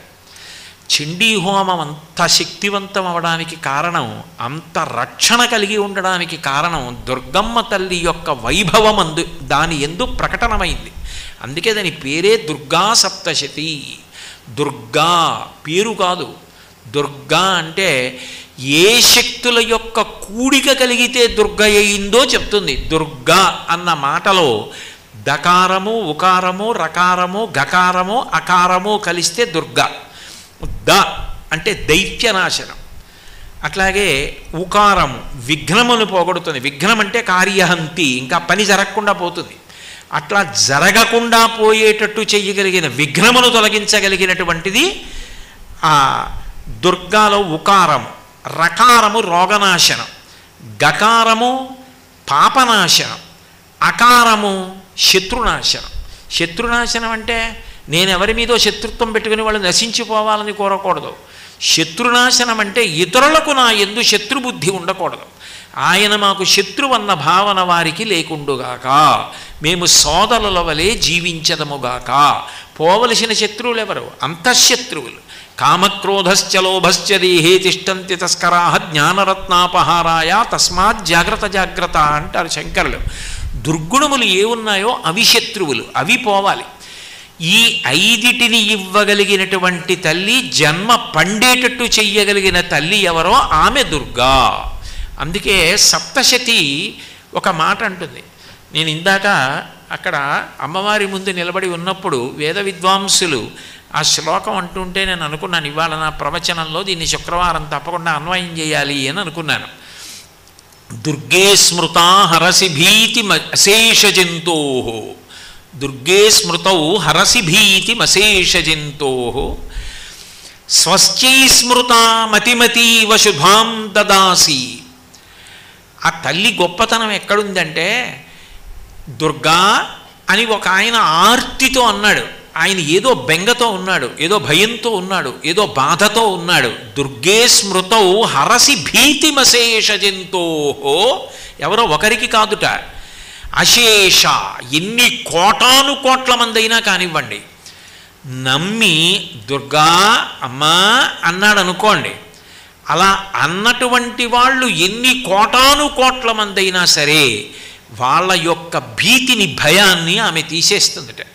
దుర్గే స్మృతౌ హరసి భీతిమశేష జంతో స్వశ్చై స్మృత మతిమతీవ శుభాం దదాసి. ఆయనకేం కష్టం లేదు, ఆయన సుఖంగా ఉన్నాడు, హాయిగా ఉన్నాడు. ఆయన అమ్మని తలుచుకోకుండా ఉండడు. అందుకని ప్రతిరోజు అవకాశం ఉన్నప్పుడల్లా అమ్మ దుర్గా దుర్గా దుర్గా అంటూ ఉంటాడు. అప్పుడు ఏం చేస్తుందట, మంచి బుద్ధినిస్తుందిట. ఇవ్వడమే కాదు, ఆయన కీర్తివంతుడు కావడానికి ఆయన యందు అట్లా ఆలోచన దొంతరులుగా ఎన్నో మంచి శుభ సంకల్పములు చేయించి వాటిని కార్యములుగా మార్చగలిగిన దక్షతనిచ్చి ఇన్ని చేసిన వాడన్న కీర్తిని కట్టపెట్టి యశస్విని అవుతుంది. అందుకని స్వశ్చై స్మృత మతిమతీవ శుభాం దదాసి. ఆ తల్లి దారిద్ర్య దుఃఖ భయహారిణి కాత్వధన్య. నువ్వు తప్ప ఎవరమ్మా ఇచ్చేది? దారిద్ర్యమును, లేదన్న మాటని ఆమె తీసేస్తుంది. అభూతిమసమృద్ధించ అంటారే శ్రీ సూక్తంలో, అట్లా లేదన్న మాట, తగినంత లేదన్న మాట, ఈ మాటలు లేకుండా చేసేసేయగలిగినది, పూర్ణత్వమునివ్వగలిగినది. జ్ఞానమునందు కానీ తృప్తి ఎందు కానీ ఆ స్థితిని ఇవ్వగలిగినది. దారిద్ర్య దుఃఖ శోకం, ఏడుపు, ఏదో లేకపోతే కదూ బాధ, కంటి వెంట నీరు, ఇది లేదు అని బాధపడడానికి కారణమైన పాపమును తొలగించి వాడు సంతోషపడేటట్టు చెయ్యగలిగిన తల్లి. దారిద్ర్య దుఃఖ భయము మరీ ప్రమాదహేతు, అది మృత్యువుతో సమానం. అటువంటి భయం దేని వలన పొందుతున్నాడో ఆ భయాన్ని తీసేయగలిగిన తల్లి. భయహారిణి కాత్వధన్య సర్వోపకారకరణాయ దయార్ద్రచిత్త. దయచేత ఆర్ద్రమైనటువంటి చిత్తము కలిగిన దానా, మెత్తని తడి కలిగిన మనసు కలదానా, ఓ తల్లి సర్వోపకారకరణాయ, నువ్వు చేయనటువంటి ఉపకారం, నువ్వు చెయ్యనటువంటి ఆ మేలు శుభం లోకంలో ఏముందమ్మా? నువ్వు ఎవరికి ఏదైనా ఇవ్వగలవు, అంత గొప్ప తల్లి. అందుకే శరణాగత దీనార్త పరిత్రాణ పరాయణే. ఆ తల్లి గొప్పతనం ఎక్కడుంది అంటే, శరణాగతి చేసి అన్ని ఉపాయములను విడిచిపెట్టేసి ఆ తల్లి పాదములను పట్టుకున్న వాళ్ళని ఆమె పొదిలి పట్టి కాపాడుతుంది. అందుకని సర్వార్తి శమనాయ, అన్ని ఆర్తులను తొలగించగలిగినటువంటి తల్లి ఆ తల్లి. అటువంటి దుర్గమ్మ పరబ్రహ్మస్వరూపిణి. ఆ పరబ్రహ్మస్వరూపిణి అయినటువంటి తల్లి కూర్చున్న, నిలబడిన, బట్ట కట్టిన, ఆయుధాలు పట్టిన, నడిచిన, ఏది చేసినా దాని యందు తత్వప్రతిపాదనం ఉంటుంది. ఏమీ తెలియకపోయినా అమ్మా అని భక్తితో అమ్మవారిని పట్టుకున్నాడు అనుకోండి, ఏ తల్లి మనసిచ్చిందో ఆ మనసు అమ్మవారి దగ్గర పెట్టేశాడని గుర్తు. భక్తి అంటే ఏమిటి? ప్రేమతో ఉండడం. అమ్మనే మనసుతో పట్టుకున్నాడు అనుకోండి, ఆ మనసులో వచ్చిన ఆలోచన వల్లనే కదా పాపాలు చేస్తాడు. నమస్కారం ఇలా ఎందుకు పెడతాం అంటే, అమ్మ ఇందులో ఎన్ని రాకూడని ఆలోచనలు వచ్చాయో, వచ్చినవన్నీ ఈ చేతులతో చేశా, ఈ పాపాలు తీసేయమని అడగడానికి నమస్కారం చేస్తాడు. అప్పుడు ఆ తల్లి ఏం చేయగలదు అంటే, ఆ తల్లి ఇంకా అటువంటి ఆలోచనలు తలలో పుట్టకుండా చెయ్యగలిగిన తల్లి, మంచి ఆలోచనలు తలలో పుట్టేటట్టు చెయ్యగలిగినటువంటి తల్లి. అటువంటి దుర్గమ్మ ఏ రూపంతో ఉండనివ్వండి, ఎట్లా కూర్చోనివ్వండి, ఏ పేరు చేత ప్రతిపాదింపబడనివ్వండి, పరబ్రహ్మస్వరూపిణిగా తత్వము అత్యంత ప్రధానమై ఉంటుంది. అందుకే మీరు ఒక విషయాన్ని జాగ్రత్తగా గమనిస్తే, ఒక పేరుతో ఉపాసన చేసిన వారికి ఒక రూపంతో అమ్మవారు కనపడింది జ్ఞానం ఇచ్చినప్పుడు. మీరు కాళిదాస మహాకవిని పరిశీలిస్తే ఆయన నవరత్నమాలిక అని చేశాడు. అందులో మాతంగి స్వరూపాన్ని వర్ణించాడు. మాతంగి మధుర మీనాక్షి స్వరూపం అంటారు పెద్దలు. తత్వత తంత్రస్వరూపంలో ఆమె మధుర మీనాక్షి అని. అందుకే సంగీతపరంగా ఉంటుంది ఆవిడంతా కూడా. సరిగమపద నిరతాం అని ఆ తల్లి వీణా సంక్రాంతకాంత హస్తాంతాం శాంతాం మృదుల స్వాంతాం కుచభరతాం నమామి శివకాంతాం అని వీణ పట్టుకుని సంగీతం వాయిస్తూ ఉంటుంది. మాతంగి స్వరూపం. కాళిదాస మహాకవికి కనపడినటువంటి దర్శనమిచ్చినటువంటి అమ్మవారి గురించి స్తుతి చేసిన విధానాన్ని మీరు పరిశీలిస్తే మాణిక్య వీణాం ఉపలాలయంతీం మదాలసాం మంజులవాగ్విలాసాం మహేంద్ర నీలద్యుతి కోమలాంగీం మాతంగ కన్యాం మనసా స్మరామి అన్నాడు. మాతంగీ స్వరూపంగా ప్రత్యక్షమైంది. తత్వతః వెంటనే పక్క శ్లోకంలో ఏం చెప్పాడు? చతుర్భుజే చంద్రకళావతంసే కుచోన్నతే కుంకుమరాగశౌణే పుండ్రేక్షు పాశాంకుశ పుష్పబాణహస్తే నమస్తే జగదేకమాతః అన్నాడు. జగదేకమాతః, జగత్తుకంతటికి ఒక్కటైనటువంటి తల్లి. అంటే ఆ పరబ్రహ్మస్వరూపిణిగా ప్రకాశించినప్పుడు ఆమె కూర్చున్న, నిలబడిన, ఆభరణములను ధరించిన, ఆయుధములను పట్టుకున్న, ఏది చేసినా తత్వమును ప్రకాశింపచేస్తూ ఉంటుంది. దానికి నేను మీతో ఒక ఉదాహరణ ప్రస్తావన చెయ్యాలి అంటే, సౌందర్యలహరిలో శంకరాచార్యులు వారు ఒక శ్లోకం చేశారు. నిజానికి మీరు ఆ శ్లోకాన్ని జాగ్రత్తగా గమనిస్తే దానికి పేరు ఉండదు. అందులో అసలు ఆయన ఎవరి గురించి చెప్పారు అని మీరు అడిగారు అనుకోండి, అందులో పేరు లేదు. మీరేం చెయ్యాలి అంటే ఆ శ్లోకాన్ని ఆధారం చేసుకొని బొమ్మ మనసులో గీసుకోవాలి. గీసుకుంటే అప్పుడు ఆ వచ్చిన బొమ్మని మీరు చూసి ఏ పేరుతో పిలవాలన్న అనుమానం వచ్చినప్పుడు మీరు ఏ పేరుతో పిలిచినా పలికే తల్లి అని మీకు అర్థమైపోతుంది. అంత అద్భుతమైన శ్లోకం ఒకటి ఇచ్చారు సౌందర్యలహరిలో. క్వణత్కాంచీదామా కరికలభ కుంభస్తననత పరిక్షీణా మధ్యే పరిణత శరచంద్రవదన ధనుర్బాణం పాశం శృణిమపి దధానా కరతలైః పురస్తాదస్తాం నః పురమధితురహో పురుషికా. ఇందులో ఏ పేరుంది అసలు? అందులో శంకరాచార్యులు వారు చెప్పింది క్వణత్కాంచీదామ. గంటలు ఉన్నటువంటి వడ్డాణమును పెట్టుకొని నడుస్తున్నప్పుడు గంటల ధ్వని వినపడుతున్న తల్లి. క్వణత్కాంచీదామ కరికలభ కుంభస్తననత. ఏనుగుల యొక్క కుంభస్థలములు ఎట్లా ఉంటాయో అటువంటి స్తనమండలము కలిగినటువంటి జగన్మాతృస్వరూపం. కరికలభ కుంభస్తననత పరీక్షీణా మధ్యే, సన్నని నడుము కలిగిన తల్లి. పరిణత శరచంద్రవదన.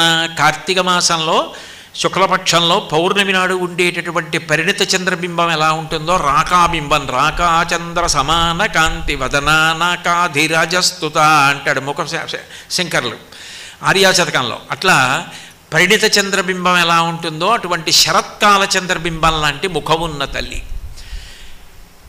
క్వణత్కాంచీదామా కరికలభ కుంభస్తననత పరీక్షీణా మధ్యే పరిణత శరచంద్రవదన ధనుర్బాణం పాశం శృణిమపి దధానా కరతలైః. ఒక చేతిలో చెరుకు విల్లు, 5 పువ్వులు బాణములుగా, ఒక చేతిలో అంకుశం, ఒక చేతిలో పాశం, 4 చేతులలో పట్టుకున్న తల్లి. పురస్తాదస్తాం నః. నా ముందు కాదు శంకరాచార్యులు వారు అన్నది, నః మా ముందు. ఆమె ప్రత్యక్షమగుగాక. పురస్తాదస్తాం నః. ఎవరావిడ? పురమధితురహో పురుషికా. పరమశివుని యొక్క నేనన్న మొట్టమొదటి ఆలోచన రూపము దాల్చినది. ఎవరావిడ అంటే కాళిదాస మహాకవి తత్వతః ఎట్లా ప్రతిపాదించాడో అట్లా ప్రతిపాదించినప్పుడు అమ్మవారి యొక్క తత్వం అట్లా ప్రకాశిస్తూ ఉంటుంది. ఆవిడ ఏ మహోపకారాన్ని చేస్తుంది అంటే, ఎప్పుడూ ఆర్తి తీర్చడం, కోరికలు మంచిదే, అవసరాలు భగవంతుడిని అడగకపోతే ఎవరిని అడుగుతారు? ఆయనే చెప్పాడు నన్ను అడుగుతారని. నన్ను సేవించి నన్ను నమ్ముకున్న భక్తులు ఉంటారు, వాళ్ళు ఆర్తో జిజ్ఞాసురర్థార్థి జ్ఞానీచ భరతర్షభ. ఆర్తి కలిగిన వాడు జిజ్ఞాసువు, జ్ఞాని, వీళ్ళందరూ కూడా ఆపదలో ఉన్నవాడు, అందరూ నన్నే అడుగుతారన్నాడు. అడుగుతారు, అది తప్పంటలేదు. కానీ మనుష్య జన్మ యొక్క చరమ ప్రయోజనం అది కాదు కదా. 84 లక్షల జీవరాశులలో బుద్ధి కలిగి జ్ఞానమును పొందగలిగిన మనుష్య ప్రాణి తప్ప వేరొక ప్రాణి లేదు. అయినప్పుడు జ్ఞానము అత్యంత ప్రధానము. అయితే శంకరాచార్యులు వారు ఈ శ్లోకం చెప్తున్నప్పుడు ఎక్కడా కూడా పేరు చెప్పకపోవడానికి కారణం ఏమిటంటే, ముందు అసలు ఆ రూపాన్ని నువ్వు ఒక బొమ్మ గీ. నేనేం చెప్పానో దాన్ని నీ మనసన్న అవనిక మీద బొమ్మ గీ. మొట్టమొదట మాట ఏమిటి? క్వణత్కాంచీదామ, చిరుగంటలతో కూడుకున్న వడ్డాణమును పెట్టుకున్న తల్లి. అప్పుడు మీరు దుర్గమ్మనండి, కామాక్షనండి, శారదనండి, లలితాత్రిపుర సుందరనండి, తత్వతః ఒకటే ఆ రూపం. అది పరబ్రహ్మస్వరూపం, పరబ్రహ్మస్వరూపిణి ఆ తల్లి. అప్పుడు ఆమె చిరుగంటలు పెట్టుకున్న తల్లి వడ్డాణం అనడానికి కారణం, పురుషులైతే గంటలు లేని వడ్డాణం పెట్టుకుంటారు. పూర్వం చక్రవర్తులు, రాజులు వడ్డాణం పెట్టుకునేవారు. పురుషులు పెట్టుకుంటే చిరుగంటలు ఉండవు. స్త్రీలు పెట్టుకుంటే చిరుగంటలతో కూడుకున్న వడ్డాణం పెట్టుకుంటారు. ఎందుకు ఆ చిరుగంటలు అమ్మవారి వడ్డాణానికి అంటే, ఆమె చక్రవర్తిని, మహాసామ్రాజ్ఞి. దానికి గుర్తు ఆమె అలా పెట్టుకుంటుంది కాదు. అంతకన్నా గొప్ప కారణం ఏమిటంటే, మహాయోగులైన వారు ఉంటారు, వాళ్ళు అమ్మవారిని ఉపాసన చేస్తున్నప్పుడు మరాళి మందగమన, వారి ఊపిరిలోనే సోహం సోహం మరి వారి ఊపిరి తీసి విడిచిపెడుతూ మెల్లగా అమ్మవారిని ఉపాసన చేస్తుంటే ఆ దుర్గమ్మ యొక్క పాద మంజీరముల శబ్దములు ఇక్కడ వింటారు. ఆమె పెట్టుకున్న వడ్డాణము యొక్క చిరుగంటల చప్పుళ్ళు వాళ్ళు ఇక్కడ వింటూ ఉంటారు. వాళ్ళది లోపలి పూజ. అంతర్ముఖ సమారాధ్య బహిర్ముఖ సుదుర్లభ. లోపల పట్టుకుని పూజ చేస్తుంటాడే అక్కడ దొరుకుతుంది ఆవిడ. యోగి అక్కడ ఆరాధన చేస్తుంటాడు, ఆయనకి వినపడతాయి ఆ చిరుగంటల సవ్వళ్ళు. కాబట్టి కొణత్కాంచీదామ కరికలభ కుంభస్తననత, ఏనుగు యొక్క కుంభస్థలం ఎలా ఉంటుందో అటువంటి స్తనమండలము కలిగినటువంటి తల్లి ఆమె. 84 లక్షల జీవరాశుల్ని పోషించాలి ఆమె. అందరికీ తల్లి, ఒక్క మనుష్యులుగా సమస్త ప్రాణులను పోషించాలి. పేరాల భరతశర్మ గారని ఆయన శారదానంద లహరి అని ఒక పుస్తకం చేశారు. ఆ గ్రంథంలో ఆయన ఒక మాట అంటారు, అమ్మా ఒక్కడు ఎనుగుముఖంబునను వీరొక్కడు ఆరుముగాలతోడ నీయక్కున పాలు త్రావ జగమంతయు బిడ్డలు కన్న తల్లి నీడెక్కడ నుండి చేపెదకో ఇనబింబము చంద్రబింబమున్ తక్కక నీ ఉరంబునను దాల్పకయున్న అహర్నిశల్సతి అంటారు. ఆవిడ కొడుకులు అని చెప్పవలసి వస్తే ఒక ఆయన వినాయకుడు, ఒక ఆయన సుబ్రహ్మణ్యుడు. వాళ్ళిద్దరినీ తొడల మీద కూర్చోబెట్టుకుంది అనుకోండి. ఒక ఆయన ఏనుగు ముఖంతో పాలు తాగుతూ ఉంటాడు, ఒక ఆయన 6 ముఖాలతో తాగుతూ ఉంటాడు. అమ్మ మేము నీ బిడ్డలంగాం, మరి మమ్మల్ని ఎప్పుడు పోషిస్తావు అని అడుగుతామేమోనని సూర్యచంద్రులిద్దరినీ ఆమె స్తనములుగా చేసుకుంది. ఇప్పుడు ఆ సూర్యచంద్రుల వలన పంటంతా పండుతుంది. మహాభారతం ఆరణ్య పర్వంలో ధౌమ్యుడు ధర్మరాజు గారితో చెప్తాడు, ఆదిత్యుడు అన్నప్రదాత. ఆయన మొట్టమొదట శాకాహారాన్ని సృష్టించాడు. ఆ శాకాహారం తిన్న ప్రాణులు బలిసి పెద్దవైన తర్వాత మాంసాహారం తినే ప్రాణులు వీటిని చంపి తిని అవి బతికి. అందరికీ అన్నం ఆదిత్యుడు అలా పెట్టాడు అన్నాడు ధర్మరాజు గారితోటి ధౌమ్యుడు. అప్పుడు ఆయన సూర్యస్తుతి చేశాడు. చేస్తే అక్షయపాత్రని ఇచ్చాడు సూర్యభగవానుడు ప్రత్యక్షమై. అటువంటి సూర్యచంద్రులిద్దరినీ ఆమె స్తనమండలంగా పొందింది. చంద్రుడు ఓషధీతత్వాన్ని ఇస్తాడు. వడ్ల గింజలు కొన్నాళ్ళు నిల్వ ఉంచినా మళ్ళీ మట్టిలో వేస్తే మళ్ళీ మొక్కలు రావాలి, కంకులు రావాలి, చారడేసి ధాన్యం రావాలి. అది ఇవ్వగలిగిన తల్లి. అందుకని సూర్యచంద్రులిద్దరినీ స్తనములుగా ఉంచుకుంది. అటువంటి జగన్మాత. అప్పుడు మీరు ఒకటి చెప్పండి, ఆవిడ లలితా త్రిపుర సుందరి అని మీరన్నా, శారద అన్నా, దుర్గమ్మ అన్నా తత్వతః ఒక్కటే అవుతుంది. కాబట్టి కరికలభ కుంభస్తననత పరిక్షీణా మధ్యే సమ్మని నడుము కలిగినటువంటి తల్లి. లక్ష్యలోమలతాధారత సమున్నీయ మధ్యమ అంటాడు వ్యాసుడు ఆ లలితా సహస్రనామ స్తోత్రంలో. అంత సన్నని నడుమున్న తల్లి. ఎందుకంత సన్నని నడుము ఉండాలి అంటే, సాముద్రిక శాస్త్రంలో అనేక సంతానాన్ని చాలా తేలికగా ప్రసవించగలిగినటువంటి లక్షణం అది. ఇన్ని కోట్ల మంది పిల్లల తల్లికి ఆ బ్రహ్మకీట జనని, బ్రహ్మ దగ్గర నుంచి చిన్న పురుగు వరకు ఆమె సంతానమే. ఇన్ని ప్రాణుల్ని కళ్ళు తిప్పి చూసుకుంటూనే ఉంటుంది. భీమవరంలో మావుళ్ళమ్మని ఉంటుంది, ఇక్కడ వరకు ఉంటాయి కళ్ళు. దృశాద్రాఘీయస్యాదరదళిత నీలోత్పల రుచాదవీయంసం దీనం స్నపయ కృపయా మమపి శివే అనేనాయం ధన్యో భవతి నచతే హానిరియతావనేవా హర్మ్యేవా సమకరణిపాతో హిమకరహ అంటారు శంకర్లు. ఆమె కళ్ళు తిప్పి చూసుకుంటూ ఉంటుంది బిడ్డలందరినీ కూడా. అలా కళ్ళు తిప్పి చూసుకునేటటువంటి లక్షణమున్న తల్లికి అన్ని ప్రాణులు ఆమె బిడ్డలే. కాబట్టి అంత అంతమంది సంతానాన్ని పొందింది కాబట్టి సన్నని నడుమున్న తల్లి. ధనుర్బాణం పాశం శృణి అపి దధానా కరతలై. ఆమె ఒక చేత్తో చెరుకు విల్లు పట్టుకుంది, ఒక చేత్తో పంచబాణాలు పట్టుకుంది. 5 బాణాలు ఏమిటవి? పుష్పబాణాలు. 5 పుష్పబాణాలు నిజానికి ఎవరు పట్టుకుంటారు? మన్మధుడు పట్టుకుంటాడు. మన్మధుడు పట్టుకునే 5 పుష్పబాణాలు అమ్మవారు పట్టుకోవడం ఏమిటి? మన్మధుడు పట్టుకున్నవి అమ్మవారు పట్టుకోవడము అంటే ఒక రకంగా అది చిన్నతనం అవుతుంది. ఆమె పట్టుకోవడం ఏమిటి? పైగా చెరుకు విల్లు కూడా మన్మధుడిదే. ఎందుకనంటే 2 ధనస్సులు పట్టుకుంటాడు మన్మధుడు అని. ఒకటి చెరుకు విల్లు పట్టుకుంటాడు, రెండోది పువ్వులతో చేసినటువంటి ధనస్సు పట్టుకుంటాడు. అమరకోశం ధనస్సు పువ్వులతో చేసింది పట్టుకుంటాడని వర్ణించింది. 2 ధనస్సులు పట్టుకుంటాడు. ఇప్పుడు చెరుకు విల్లు మన్మధుడిదే, 5 పువ్వుల బాణాలు మన్మధుడివి.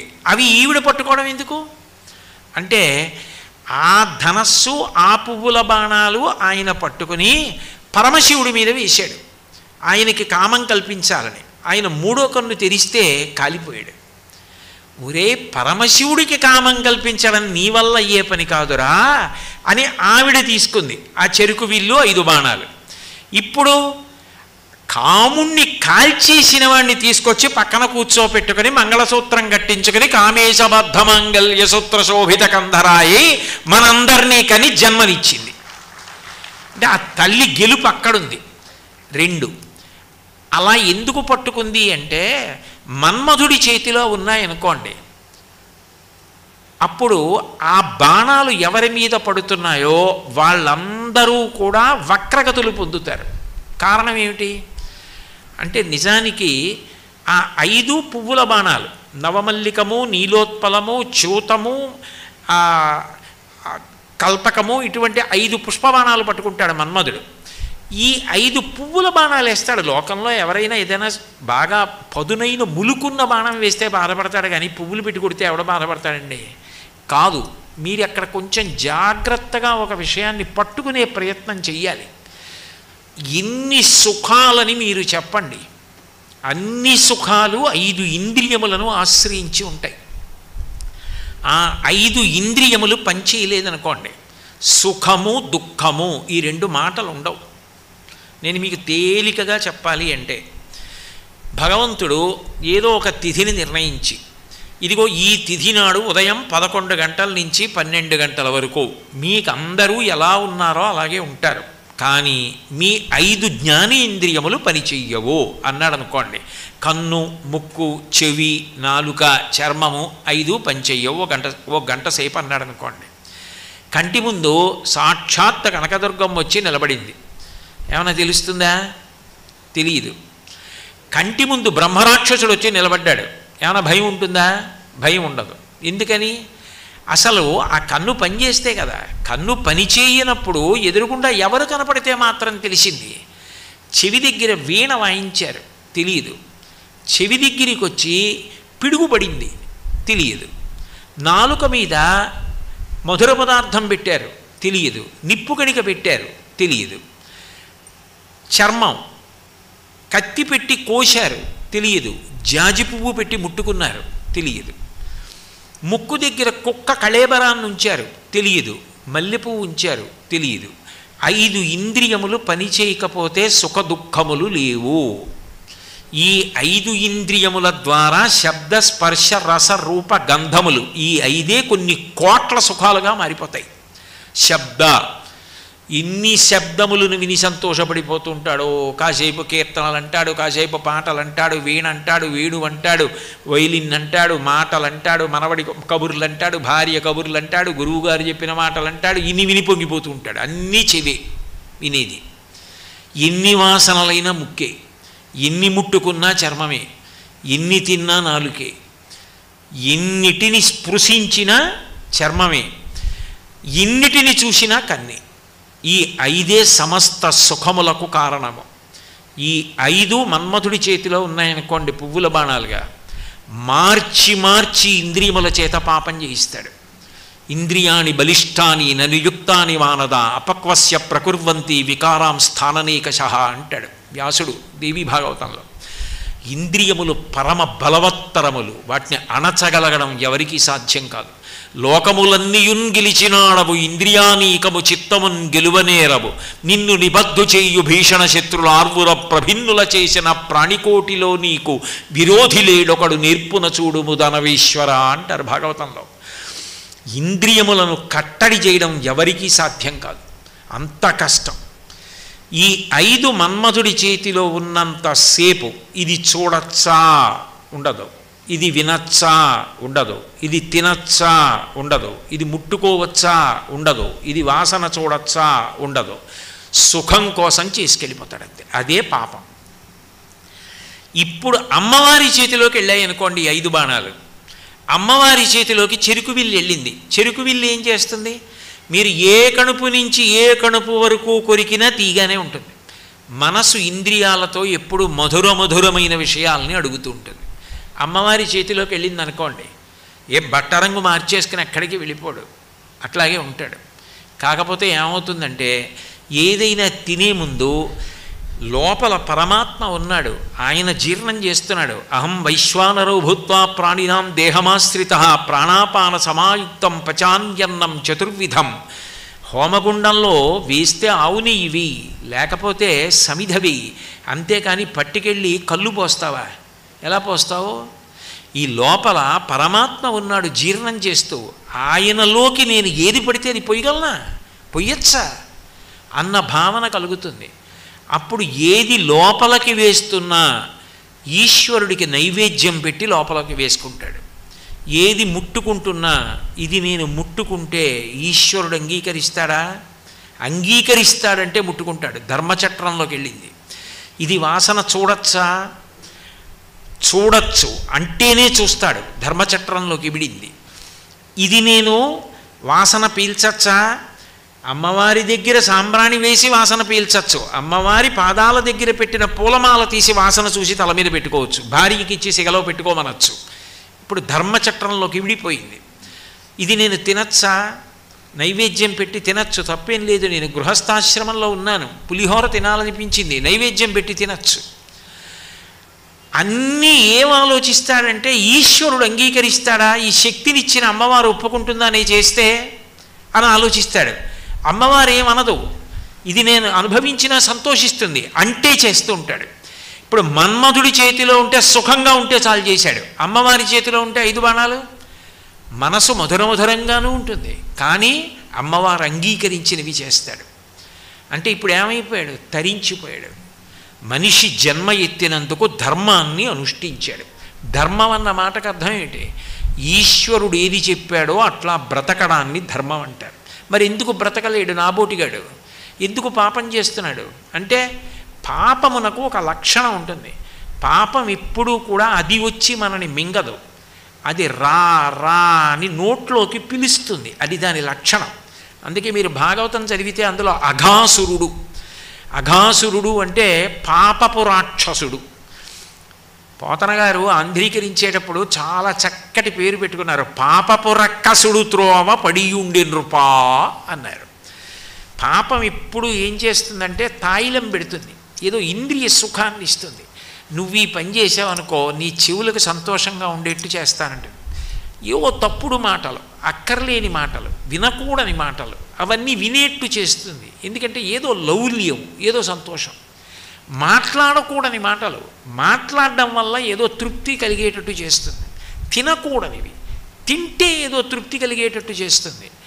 పాపము తాయిలం పెట్టి చేయిస్తుంది, రమ్మని మింగుతుంది పాము, కొండ చిలవ, అట్లా అది అక్కడే పడి ఉంటుంది, వచ్చిన వాడిని పట్టుకుంటుంది. పాపము ఇంద్రియములకు తాయిలం పెట్టి మింగేస్తుంది. అమ్మవారు ఏం చేస్తుందంటే దాన్ని పవిత్రం చేస్తుంది. త్రాచుపాం విషం నేను నోట్లో వేసుకుంటే మృత్యు వస్తుంది, శుద్ధి చేసి వైద్యుడిస్తే ఉన్న రోగం పోతుంది. అమ్మవారి చేతిలోకి 5 బాణాలు వెడితే శుద్ధి, అమ్మవారి చేతిలోకి చెరుకు విల్లు వెడితే మనసు పవిత్రం, మంచి సంకల్పములు కలుగుతాయి. అందుకు పట్టుకుంది 5 బాణాలు చెరుకు విల్లు.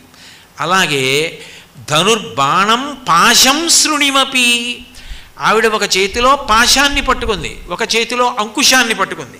పాశం ఎందుకు పట్టుకుంది అంటే మనం నిజానికి ఎన్నో పాశముల చేత బంధింపబడి ఉంటాం. పాశము అంటే కట్టునది. పాశము చేత కట్టబడి ఉండడానికే పశువు అని పిలుస్తారు. పశువు అన్న మాటకు అర్థం ఏంటంటే పాశము, పశువు, కట్టడానికి ఒక స్తంభము, 3 ఉంటే పశువు అంటారు. ఇప్పుడు నేను ఒక కుక్కని కట్టేద్దాం అనుకున్నాను అనుకోండి, అక్కడ ఒక చిన్న కర్ర, దాని మెళ్ళో ఒక గొలుసు, దాన్ని తీసుకొచ్చి దీనికి కట్టుట, కుక్క, గొలుసు, స్తంభము 3 ఉంటే పశువు అంటారు.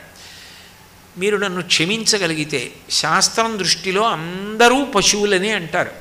ఎందుకని అంటే అందరికీ 3 ఉంటాయి. పాశము, కర్మపాశములు, చేసిన కర్మల యొక్క పాశములు, జన్మ రాట, కర్మ పాశము, 3 పశువు కట్టబడ్డాడు. కాబట్టి మనం కాదు, శంకర భగవత్పాదులంతటి వారు ఎంత వినయంగా మాట్లాడారంటే పశుమాం సర్వజ్ఞ ప్రతిత కృపయా పాలయ విభో అన్నారు. శివా నేను పశువునన్నారు. ఆ పాశము తెగిపోయాయి అనుకోండి, కర్మపాశములు, ఇక పశువు కాడు, పరమాత్మ యందు ఐక్యమైపోయాడు. పశుపతి యందు పశువు కలిసిపోయింది. అంటే ఈ కర్మపాశముల చేత కట్టబడి ఉన్నంతసేపు నేను, నాది, అహంకార మమకారములతో అనేక పాపాలు, అనేక పుణ్యాలు చేసుకుంటూ వెడుతుంటాడు. అమ్మవారు ఏం చేస్తుందంటే, ఒరే ఈ రాగం ఉన్నదే, ఈ నా వాళ్ళు, నాది, నాది, నాది అన్న మాట నీతో ఎన్ని పాపాలు చేయించేస్తోందో నీకు తెలియట్లేదు. ఇవన్నీ ఒక్క వేటుకి తెగిపోతాయి. ఊపిరి ఆగిపోయిందనుకో, అయిపోయిందంతే. ఎప్పుడు ఆగుతుంది ఎవ్వరికీ తెలియదు. నిత్యమా జీవితము నీటిపై బుగ్గ, నీటి మీద బుడగ ఎప్పుడు పేలిపోతుందంటే ఎవరికీ తెలియదు. నళినీదళగత జలమతి తరళం తత్వజీవితమతిశయ చపలం విద్ధిర్వ్యాధ్యభిమానగ్రస్తం లోకం శోకచ హంత సమస్తం అంటారు. తామరాకు మీద నీటి బొట్టు ఎంత చించలమో జీవితమో అంత బుద్బుదప్రాయం, పుటుక్కున ఆగిపోతుంది. నేను చూశా, నా కళ్ళతో స్వయంగా చూశా. ఒక తల్లి మృత్యుశయ్య మీద ఉండి కూతురు కోసం కొట్టుకుపోయింది. ఎంతమంది ఫోన్ చేశారో ఆ కూతురికి, అమ్మ రావమ్మా, మీ అమ్మగారు కొట్టుకుపోతోందమ్మా నీ కోసం అని. ఏం పర్వాలేదు, మా అమ్మగారికి ఏం అవ్వదు, నా కూతురికి జ్వరంగా ఉంది, నేను ఇప్పుడు రాను, రోజు పోయాకో 2 రోజులు పోయాకో వస్తానంది. ఆ తల్లి చచ్చిపోయింది. ఆమె జ్వరంగా ఉన్న కూతుర్ని తీసుకుని హైదరాబాద్ నుంచి కారులో వచ్చింది. ఈ చనిపోయిన తల్లి చచ్చిపోయే వరకు కొట్టుకుపోయింది కూతురు కోసం. ఆమె వచ్చి అమ్మాని మీదపడి ఏడిచింది. ఆమె ఏమీ ప్రతిస్పందించలేదు. ఒక్కసారి ఊపిరి ఆగిపోయాక ఇక కొడుక, కూతురా, బంధుత్వాలా, ఐశ్వర్యమా ఏముంటాయి? ఏమీ లేవు. అన్ని అనుబంధాలు తెగిపోయాయి. అన్ని అనుబంధాలు తెగిపోవడానికి కారణమైన ఊపిరిని ఎవడు తీస్తున్నాడు? నిద్రపోయినట్టు ఎవరి ఊపిరి ఎవరు తీశారు? నిద్రపోయినప్పుడు కూడా ఊపిరి తీయించిన వాడెవరో వాడు పరమాత్మ, వాడు ఆయుర్దాయ కారకుడు. అటువంటి తల్లి అనుగ్రహం ఉండగా ఈ శరీరాన్ని పుణ్యకార్యమునకు ఉపయోగించాలి. కురు పుణ్య మహోరాత్రం, రేపు ఎల్లుండి అనకు, రాత్రనకు పగలనకు, తొందరగా పుణ్యం చెయ్యి. ఎందుకనంటే మళ్ళీ మనుష్య శరీరం వస్తుందని ఏమిటి నమ్మకం? ఇవాళ ఇక్కడ ప్రవచనం జరుగుతోంది, దుర్గమ్మ తల్లి దర్శనం చేసుకుంటాను, హారతి చూస్తాను, వేద విద్వాంసుల్ని దర్శిస్తాను, నేను కూర్చుని 4 మాటలు వింటానంటే ఇతర ప్రాణుల్ని లోపలికి పంపిస్తారా? మనుష్య ప్రాణి అయితేనే ఆ సౌభాగ్యం. అది ఎన్ని కోట్ల జన్మల తర్వాత వస్తుంది మళ్ళీ. మనుష్యత్వం మముక్షత్వం మహాపురుష సంశ్రయ, రమ్మంటే వచ్చేది కాదు, ఎప్పటికో అన్నారు వివేక చూడామణిలో శంకర భగవత్పాదులు. అటువంటి మనుష్య జన్మ వచ్చినప్పుడు దాన్ని సార్థక్యం చేసుకో. అంతేగాని రాగపాశముల చేత కట్టబడిపోతే వద్దని అనరు.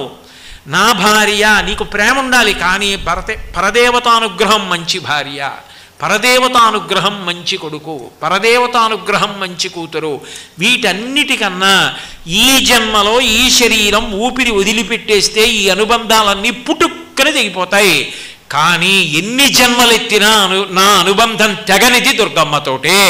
కాబట్టి అందరికన్నా నాకు ఆవిడ ఎక్కువ అన్న భావన నీకు లేకపోతే ఎక్కడో తప్పు జరిగిపోతోంది.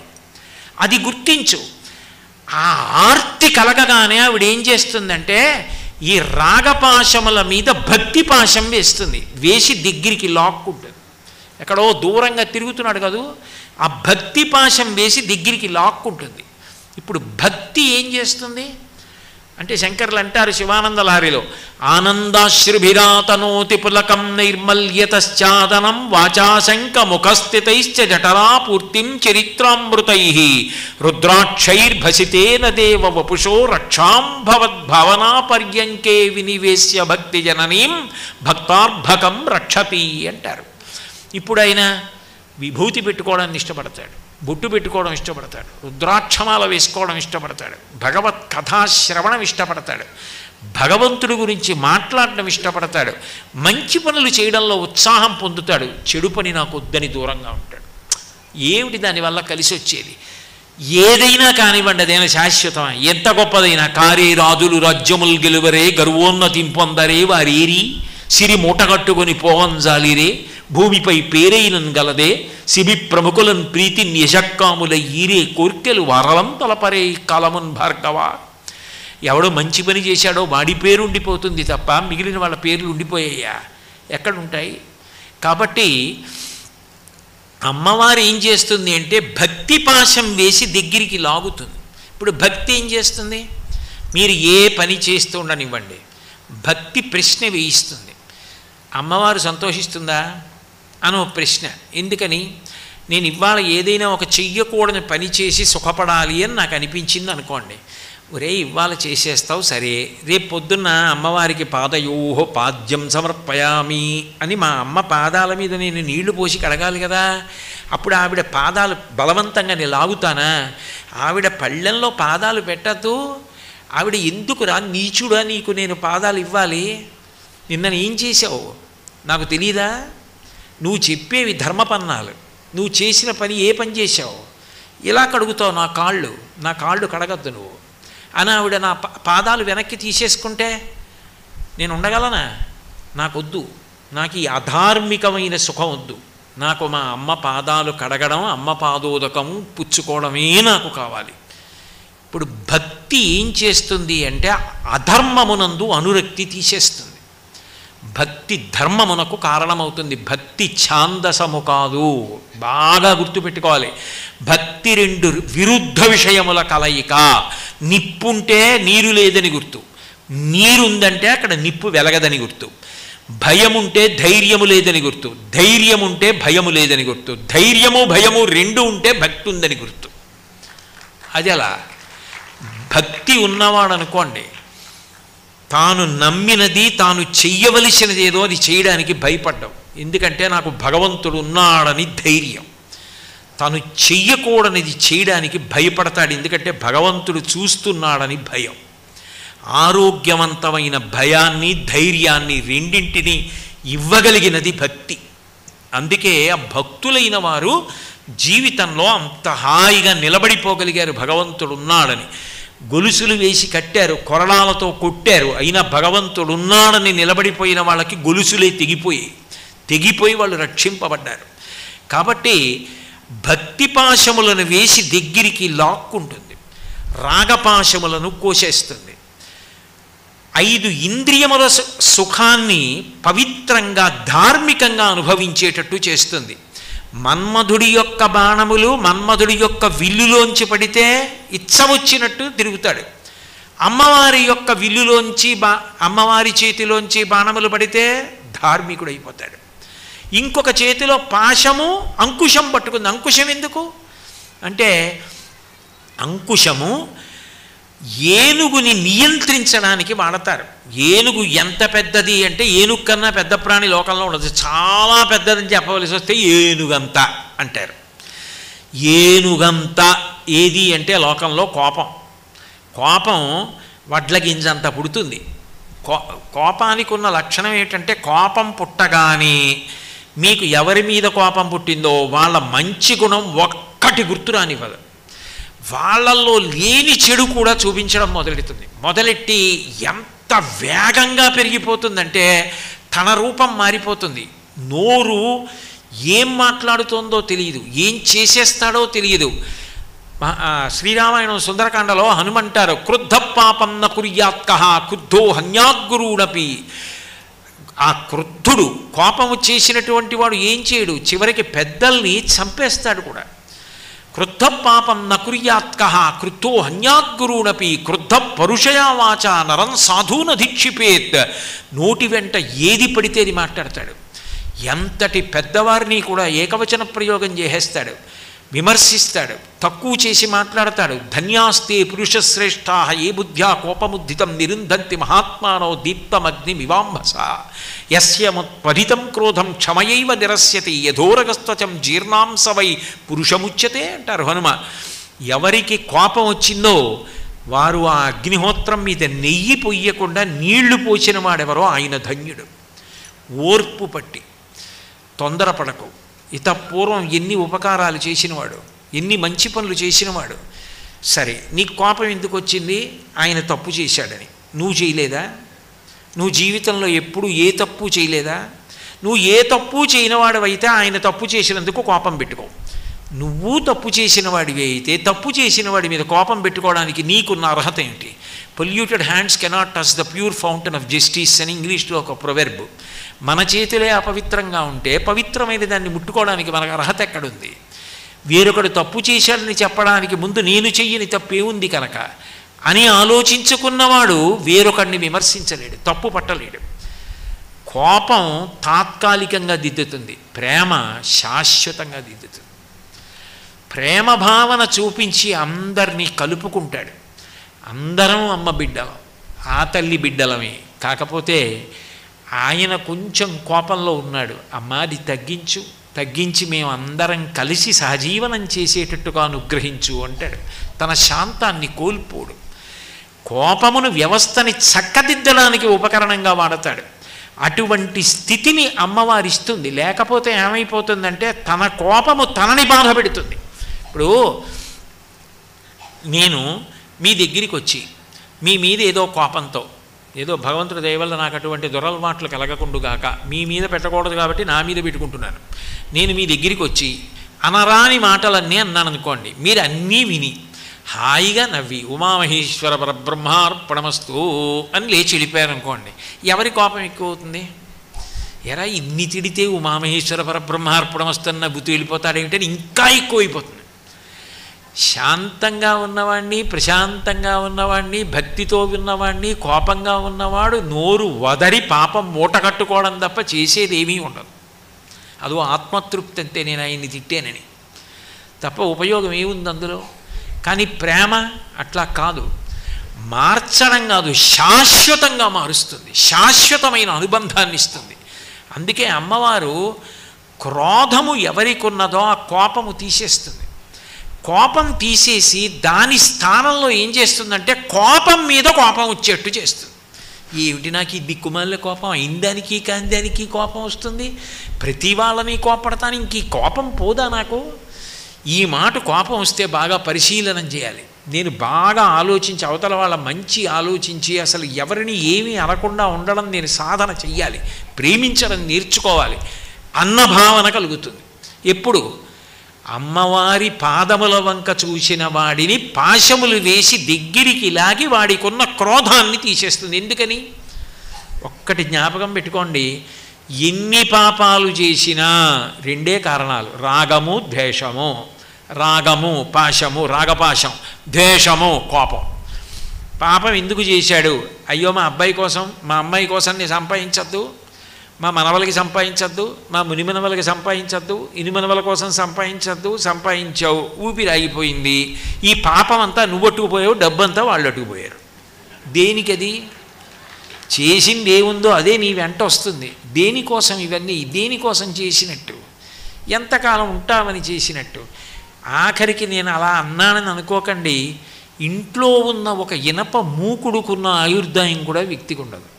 మా ఇంట్లో ఇనప మూకుడు ఉండేది, అందులో మా తాతగారు చనిపోయినప్పుడు గారెలు వండారట, అందులోనే మా నాన్నగారు చనిపోయినప్పుడు గారెలు వండారు. మూడో మాట నేను ఇటువంటి పవిత్రమైన సభలో అనకూడదు. అంటే ఆ మూకుడుకు చూసినన్ని తరాల్ని మా ఇంట్లో ఇంకెవరు చూశారు?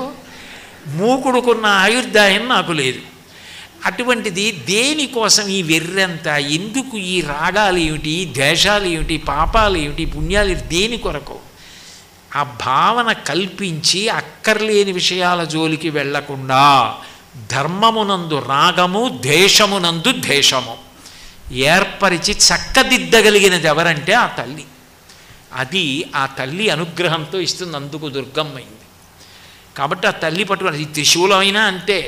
త్రైగుణ్యం శూలమేతస్యాపరసు సత్యనిష్ఠత అని లింగపురాణంలో వ్యాసుల వారు. త్రైగుణ్యం అంటే సత్వరజస్తమో గుణాలు, అవే రాగద్వేషాలుగా మారి పాపపుణ్యాలు చేయిస్తే అదే త్రిశూలం. మీరు ఏ ఆయుధంగా చెప్పండి, అదే ప్రతిపాదన అవుతున్నప్పుడు.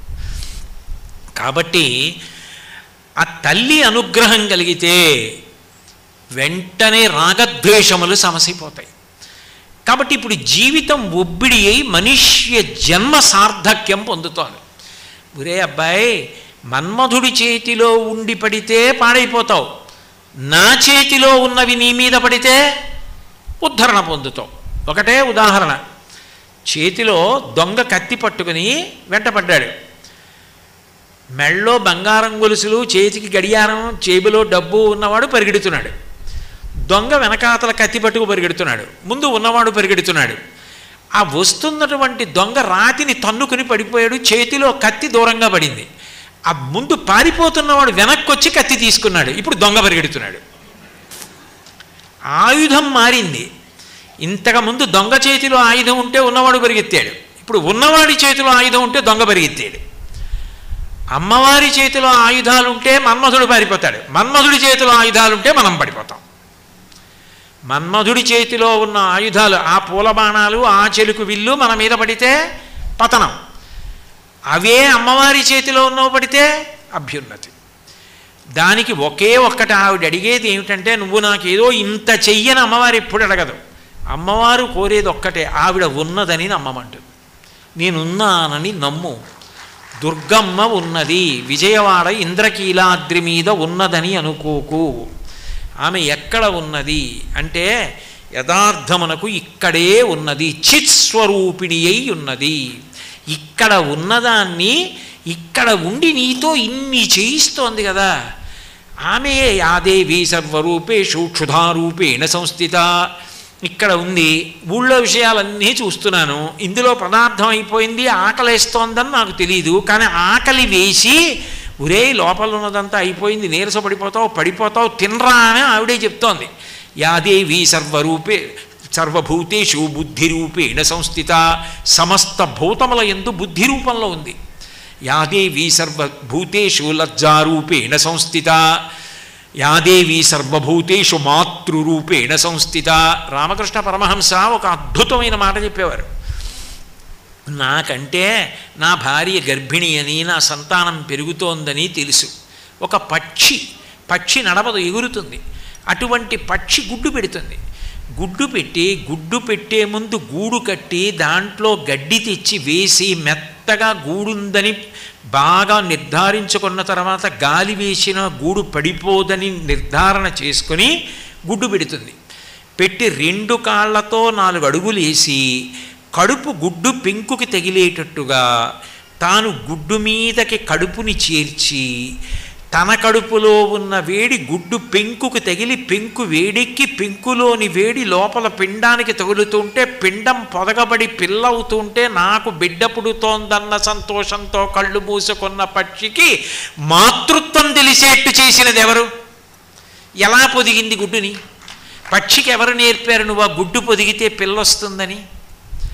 అందులో ఆ పక్షి ఎక్కడికో ఎగిరినప్పుడు గుడ్డు పగలగొట్టుకుని పైకి వచ్చిన పిల్ల నా పిల్ల అని ఎక్కడెక్కడికో ఎగిరి ఆహారం తీసుకొచ్చి పిట్టకి పెడుతున్నటువంటి ఆ తల్లిలో మాతృత్వం ఎవరు నింపారు?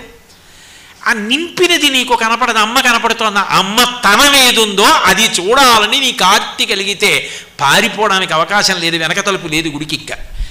అక్కడ దొరికింది దొంగ. నమచ్చోరాయచ నేననలేదు, వేదమే అంది. ఎందుకు దొంగ? నాకు తెలియకుండా చేస్తే దొంగ, నాకు తెలిసి చేస్తే దొంగ ఎందుకు అవుతారు? నా గడియారం తీసి అక్కడ పెడితే మీరు వచ్చి తీసుకెళ్లారనుకోండి, నాకు తెలిసిపోదు మీరు తీసుకెళ్లారని. ఇందాక మీరు పట్టుకెళ్ళారు కదండి అన్నం, నేను అక్కడ పెడితే నాకు తెలియకుండా పట్టుకుపోతే దొంగ. నాకు తెలియకుండా నా చేత ఊపిరి తీస్తున్నావా? నాకు తెలియకుండా నేను తిన్నది జీర్ణం చేస్తున్నావా? నాకు తెలియకుండా నాకు జీర్ణం చేసి నా శక్తిని పంచిపెడుతున్నావా? నాకింత జ్ఞాపకం ఉండేట్టు చేస్తున్నావా? నా వాక్కులుగా మారావా? నాకింత కీర్తినిచ్చావా, చేసేదంతా నువ్వా, పైకి పేరు ప్రఖ్యాతి నాకా, కనపడకుండా నాకు ఇన్ని చేస్తున్న దొంగ నిన్ను చూడాలని నాకు అనిపించింది అనుకోండి. ఇంకా పారిపోవడానికి ఆవిడకి అవకాశం లేదు కాబట్టి తలుపులు తీస్తే లోపలే దొరికేసింది. గులుదిరిగిన దొంగ గూ గూ గూ వాడు గుడిలోనే దాగేనే గూ గూ గూ. అక్కడ దేవాలయంలో చూసిన వాడిని ఇక్కడ చూడడం వస్తే అక్కడ దుర్గం ఇక్కడ కనపడితే వాడు తరించిపోయాడు. చిత్స్వరూపిణిగా తెలిసింది. అందుకే భజంతి త్వాం ధన్యాహ కతిచన చిదానందలహరి అన్నారు సౌందర్యలహరిలో శంకరులు. ధన్యాహ, ఎవరో ఒక మహాపురుషుడు ఉన్నాడు, వాడు ఆ అమ్మని ఇక్కడ కూడా చూసుకుంటున్నాడు, ఇక్కడే సేవించేస్తున్నాడు, అక్కడున్న అమ్మ ఇక్కడుంది అంటున్నాడు. అలా అనగలిగిన తత్వానికి ఎదిగేటట్టు చెయ్యగలిగినది ఎవరు అంటే ఆ అమ్మవారి. ఇన్ని ఇవ్వగలిగిన తల్లి మా ఎదుట ప్రత్యక్షమగుగాక. పురస్తాదస్తాం నః పురమధితురహో పురుషిక. ఎవరు పెట్ల ఆ పేరు? శంకరాచార్యుల వారు తప్ప. త్రిపురారి, మహాప్రళయమునందు సమస్త భూతములను తనలోకి తీసేసుకునేటటువంటి పరమశివుడు మళ్ళీ సృష్టి చేద్దాం అని అనుకున్నప్పుడు కామేశ్వరుడు అనిపించుకుంటాడు. కామం అంటే కోరిక పుట్టింది, అన్నీ తనలోనే ఉన్నాయి. తనలో ఉన్న వాటిని మళ్ళీ సృష్టి చేసి పైకి తీసుకొద్దాం అనుకున్నాడు. అప్పుడు మొట్టమొదట ఒక కోరిక కలిగినప్పుడు అన్నీ తనలో అణిగిపోయినవాడు అన్నిటినీ సృష్టిద్దామన్న కోరిక మొదట వచ్చిందే, ఆ కోరిక ఒక రూపాన్ని ధరించి నిలబడితే అది అమ్మవారు, మహామాయాస్వరూపిణియే. అప్పుడు తత్వత మీరు దుర్గమ్మనండి, లలితా త్రిపుర సుందరనండి, శారదనండి, ఆమె మాత్రం ఆ రూపమే. అటువంటి చిన్మయ స్వరూపం, అద్భుతమైనటువంటి స్వరూపం దుర్గమ్మ యొక్క స్వరూపం. ఆ నామం పలకాలన్నా, ఆ నామాన్ని అనాలన్నా, ఆవిడ దర్శనం చెయ్యాలన్నా దానికి పెట్టి పుట్టాలి. ఆ అనుగ్రహం ఉంటే ఆవిడ నామం పలకగలుగుతాం. ఆ తల్లి అది మనకి నేర్పడం కోసం ఆవిడే గురుస్వరూపంగా భూమి మీదుగా బయలుదేరొచ్చింది. అందుకే నవరత్నమాలికా స్తోత్రంలో ఈ విషయాన్ని కాళిదాస మహాకవి అంటాడు. ఆయన అమ్మవారి యొక్క వైభవాన్ని చెప్తూ ఓ అద్భుతమైన మాట అన్నాడు. ఓంకార పంజర సుఖీం ఉపనిషదుద్యానకేళి కళకంఠీం ఆగమ విపిన మయూరీం ఆర్యాం అంతర్విభావయే గౌరీం దయమాన దీర్ఘనయనాం దేశిక రూపేణ దర్శితాభ్యుదయం వామకుచ నిహిత వీణాం వరదాం అంటూ దేశిక రూపేణ దర్శితాభ్యుదయం అన్నాడు. దేశిక రూపేణ అంటే గురుస్వరూపంగా ఈ భూమి మీదకు వస్తూ ఉంటుంది. ఆవిడే వచ్చేసి తత్వాన్నంతటినీ చెప్తే మనం కూర్చోడానికి భయపడతామని గురుస్వరూపంగా వస్తుంది. వచ్చి అమ్మవారే గురు రూపంలో మాట్లాడి తన తత్వాన్ని మనకి తెలియచేస్తుంది. అటువంటి మహాపురుషులు ఎందరో ప్రభవించారు. ఇవాళ చంద్రశేఖరేంద్ర సరస్వతి మహాస్వామి వారి జయంతి. అందుకే ఆయన గురించి చెప్తూ మాట అంటారు. జడలు వీడి బాలచంద్రుని విడనాడి గౌరి వీడి మరియు గంగవీడి భువిని వెలసినట్టి భవుడవు నీవందు చంద్రశేఖరేంద్ర సంయమీంద్ర అంటారు. అటువంటి గురుస్వరూపంగా వస్తుంది. అందుకే మీరు చూడండి, అమ్మవారిని 3 కంటి రూపాలతో పిలుస్తారు. కామాక్షి, మీనాక్షి, విశాలాక్షి అని 3 కళ్ళే, కంటి సంబంధమైన పేర్లు. నిజానికి అవి ఏమిటో తెలుసా? 3 కూడా గురుస్వరూపాల యొక్క తత్వం. కామాక్షి అంటే కుక్కుట న్యాయం అంటారు. గురువుగారు స్పర్శ దీక్ష, ముట్టుకుని తల మీద చెయ్యి పెట్టి దీక్షనిస్తారు. దీక్ష అంటే పొదగడం, గుడ్డు పిల్ల అయినట్టు తనలోనే ఉన్న జ్ఞానం ఉపాసన ద్వారా తనెవరో తెలుసుకునేటట్టుగా చేస్తాడు గురువు. అందుకని ముట్టుకుని స్పర్శ దీక్షనిస్తే కామాక్షి. కేవలము గురువుగారు మీనాక్షి. మీనాక్షి అంటే చేప. చేప గురించి జీవశాస్త్రంలో చెప్పబడిన విషయం అని నేను అనుకోను, యోగశాస్త్రంలో చెప్పింది. చేప పెట్టిన గుడ్లు కెరటాల మీద తేలుతుంటే చేప ప్రేమతో చూస్తుంది. చూస్తే పొదగబడతాయని చూపులతో పొదుగుతుంది. ఒక్కొక్కసారి గురువుగారు ప్రేమతో చూస్తాడు, వీడికి తత్వం అర్థం అవ్వాలని చూస్తాడు. ఆ చూపుల చేత తెలుస్తుంది. పాల్ బ్రాంటన్ అని విదేశాల నుంచి వచ్చాడు ఒక ఆయన. ఆయన నాకు ఎంతకీ ఏమీ అర్థం కావట్లేదు, ఇక వెళ్ళిపోదాం అనుకున్నాడు. ఆ రోజున భగవాన్ రమణులు ఆయన కళ్ళల్లోకి కళ్ళు పెట్టి కొంతసేపు అట్లా చూశారు, అంతే. ఆయనకి సమస్తము అవగతమైపోయింది. కేవలము చూపుల చేత అనుగ్రహిస్తారు. యథార్థమునకు భగవంతుడు చేసేది చూపుల చేతనే. భగవంతుడు చేతులతో చేయడు ఏది. భగవంతుడు ఏది చేసినా చూపులతో చేస్తాడు. అందుకే పోతన గారు కూడా ఆ మొట్టమొదటే శ్రీకైవల్య పదంబు చేరుటకునై చింతించదన్ లోకరక్షైకారంభకు భక్తపాలన కళా సంరంభకుం దానవోద్రేక స్తంభకు కేళి లోల విలస దృగ్జాల సంభూత నానా కంజాత భవాండ కుంభకు మహానందాంగనా డింబకున్నంటారు. కేళిలోల విలస దృగ్జాల సంభూత నానా కంజాత భవాండ కుంభకు తన చూపుల చేత కోట్ల బ్రహ్మాండములను సృష్టించి నిలబెట్టి మహాప్రళయంలో లయం చేసేటటువంటి పరమాత్మ అటువంటి తల్లి. కాబట్టి చూపుల చేత జ్ఞానం ఇస్తుంది, స్మరణల చేత కేవలము స్మరించి రక్షిస్తారు. ఒకప్పుడు శృంగేరి పీఠాధిపతులు చంద్రశేఖర భారతీ స్వామి వారు స్మరించి నేపాల్ రాజుని కాపాడారు. ఇప్పటికీ చరిత్రలో ఉన్నాయి ఆ ఘట్టాలు. అలా గురువులు రక్షించినటువంటివి. స్మరణ చేత అనుగ్రహిస్తారు గురువులు. ఈ మూడు కామాక్షి, మీనాక్షి, విశాలాక్షి. ఈ కామాక్షి, మీనాక్షి, విశాలాక్షి స్వరూపాలుగా గురువులు భూమి మీద వస్తూ ఉంటారు. వచ్చి అమ్మవారి తత్వాన్ని అమ్మవారే గురుస్వరూపంగా లోకానికంతటికీ ప్రబోధం చేస్తుంది. అంత అద్భుతమైనటువంటి స్వరూపమే దుర్గమ్మ యొక్క స్వరూపం. ఇవాళ శుక్రవారం, వైశాఖ మాసం, కృష్ణపక్షం, పాడ్యమి, మొట్టమొదటి తిథి. అటువంటి రోజున ఈ ఊరు పేరే విజయవాడ. అద్భుతమైనటువంటి పట్టణం. మీ అందరూ పరమ భాగవతోత్తములు. తెల్లవారి లేస్తే సంకల్పం చెప్పుకుంటే విజయవాడ పట్టణంలో ఉన్నవారము అని చెప్పుకుంటున్నవారు అటువంటి మీ అందరి మధ్యలో కూర్చుని ఆ పరదేవతానుగ్రహం గురించి, ఆ శ్రీమాత వైభవం గురించి 4 మాటలు చెప్పుకునేటటువంటి భాగ్యం నాకు ఇచ్చినందుకు ఆ దుర్గమ్మకి శిరస్సు వంచి నమస్కరిస్తూ, మళ్ళీ రేపు సాయంకాలం కలుసుకున్నప్పుడు 6 గంటలకి నా చేత శ్రీమాత ఏది పలికిస్తే అది పలకగలవాడను అని తెలియచేస్తూ, మంగళాశాసనపరై మదాచార్య పురోగమై సర్వైశ్చ పూర్వైరాచార్యై సత్కృతాయాస్తు మంగళం. మంగళం కోసలేంద్రాయ మహనీయ గుణాత్మనే చక్రవర్తి తనూజాయ సర్వభౌమాయ మంగళం. ఉమాకాంతాయ కాంతాయ కామితార్థప్రదాయినే శ్రీగిరీశాయ దేవాయ మలినాథాయ మంగళం. సర్వం శ్రీ ఉమామహేశ్వర పరబ్రహ్మార్పణమస్తు. స్వస్తి.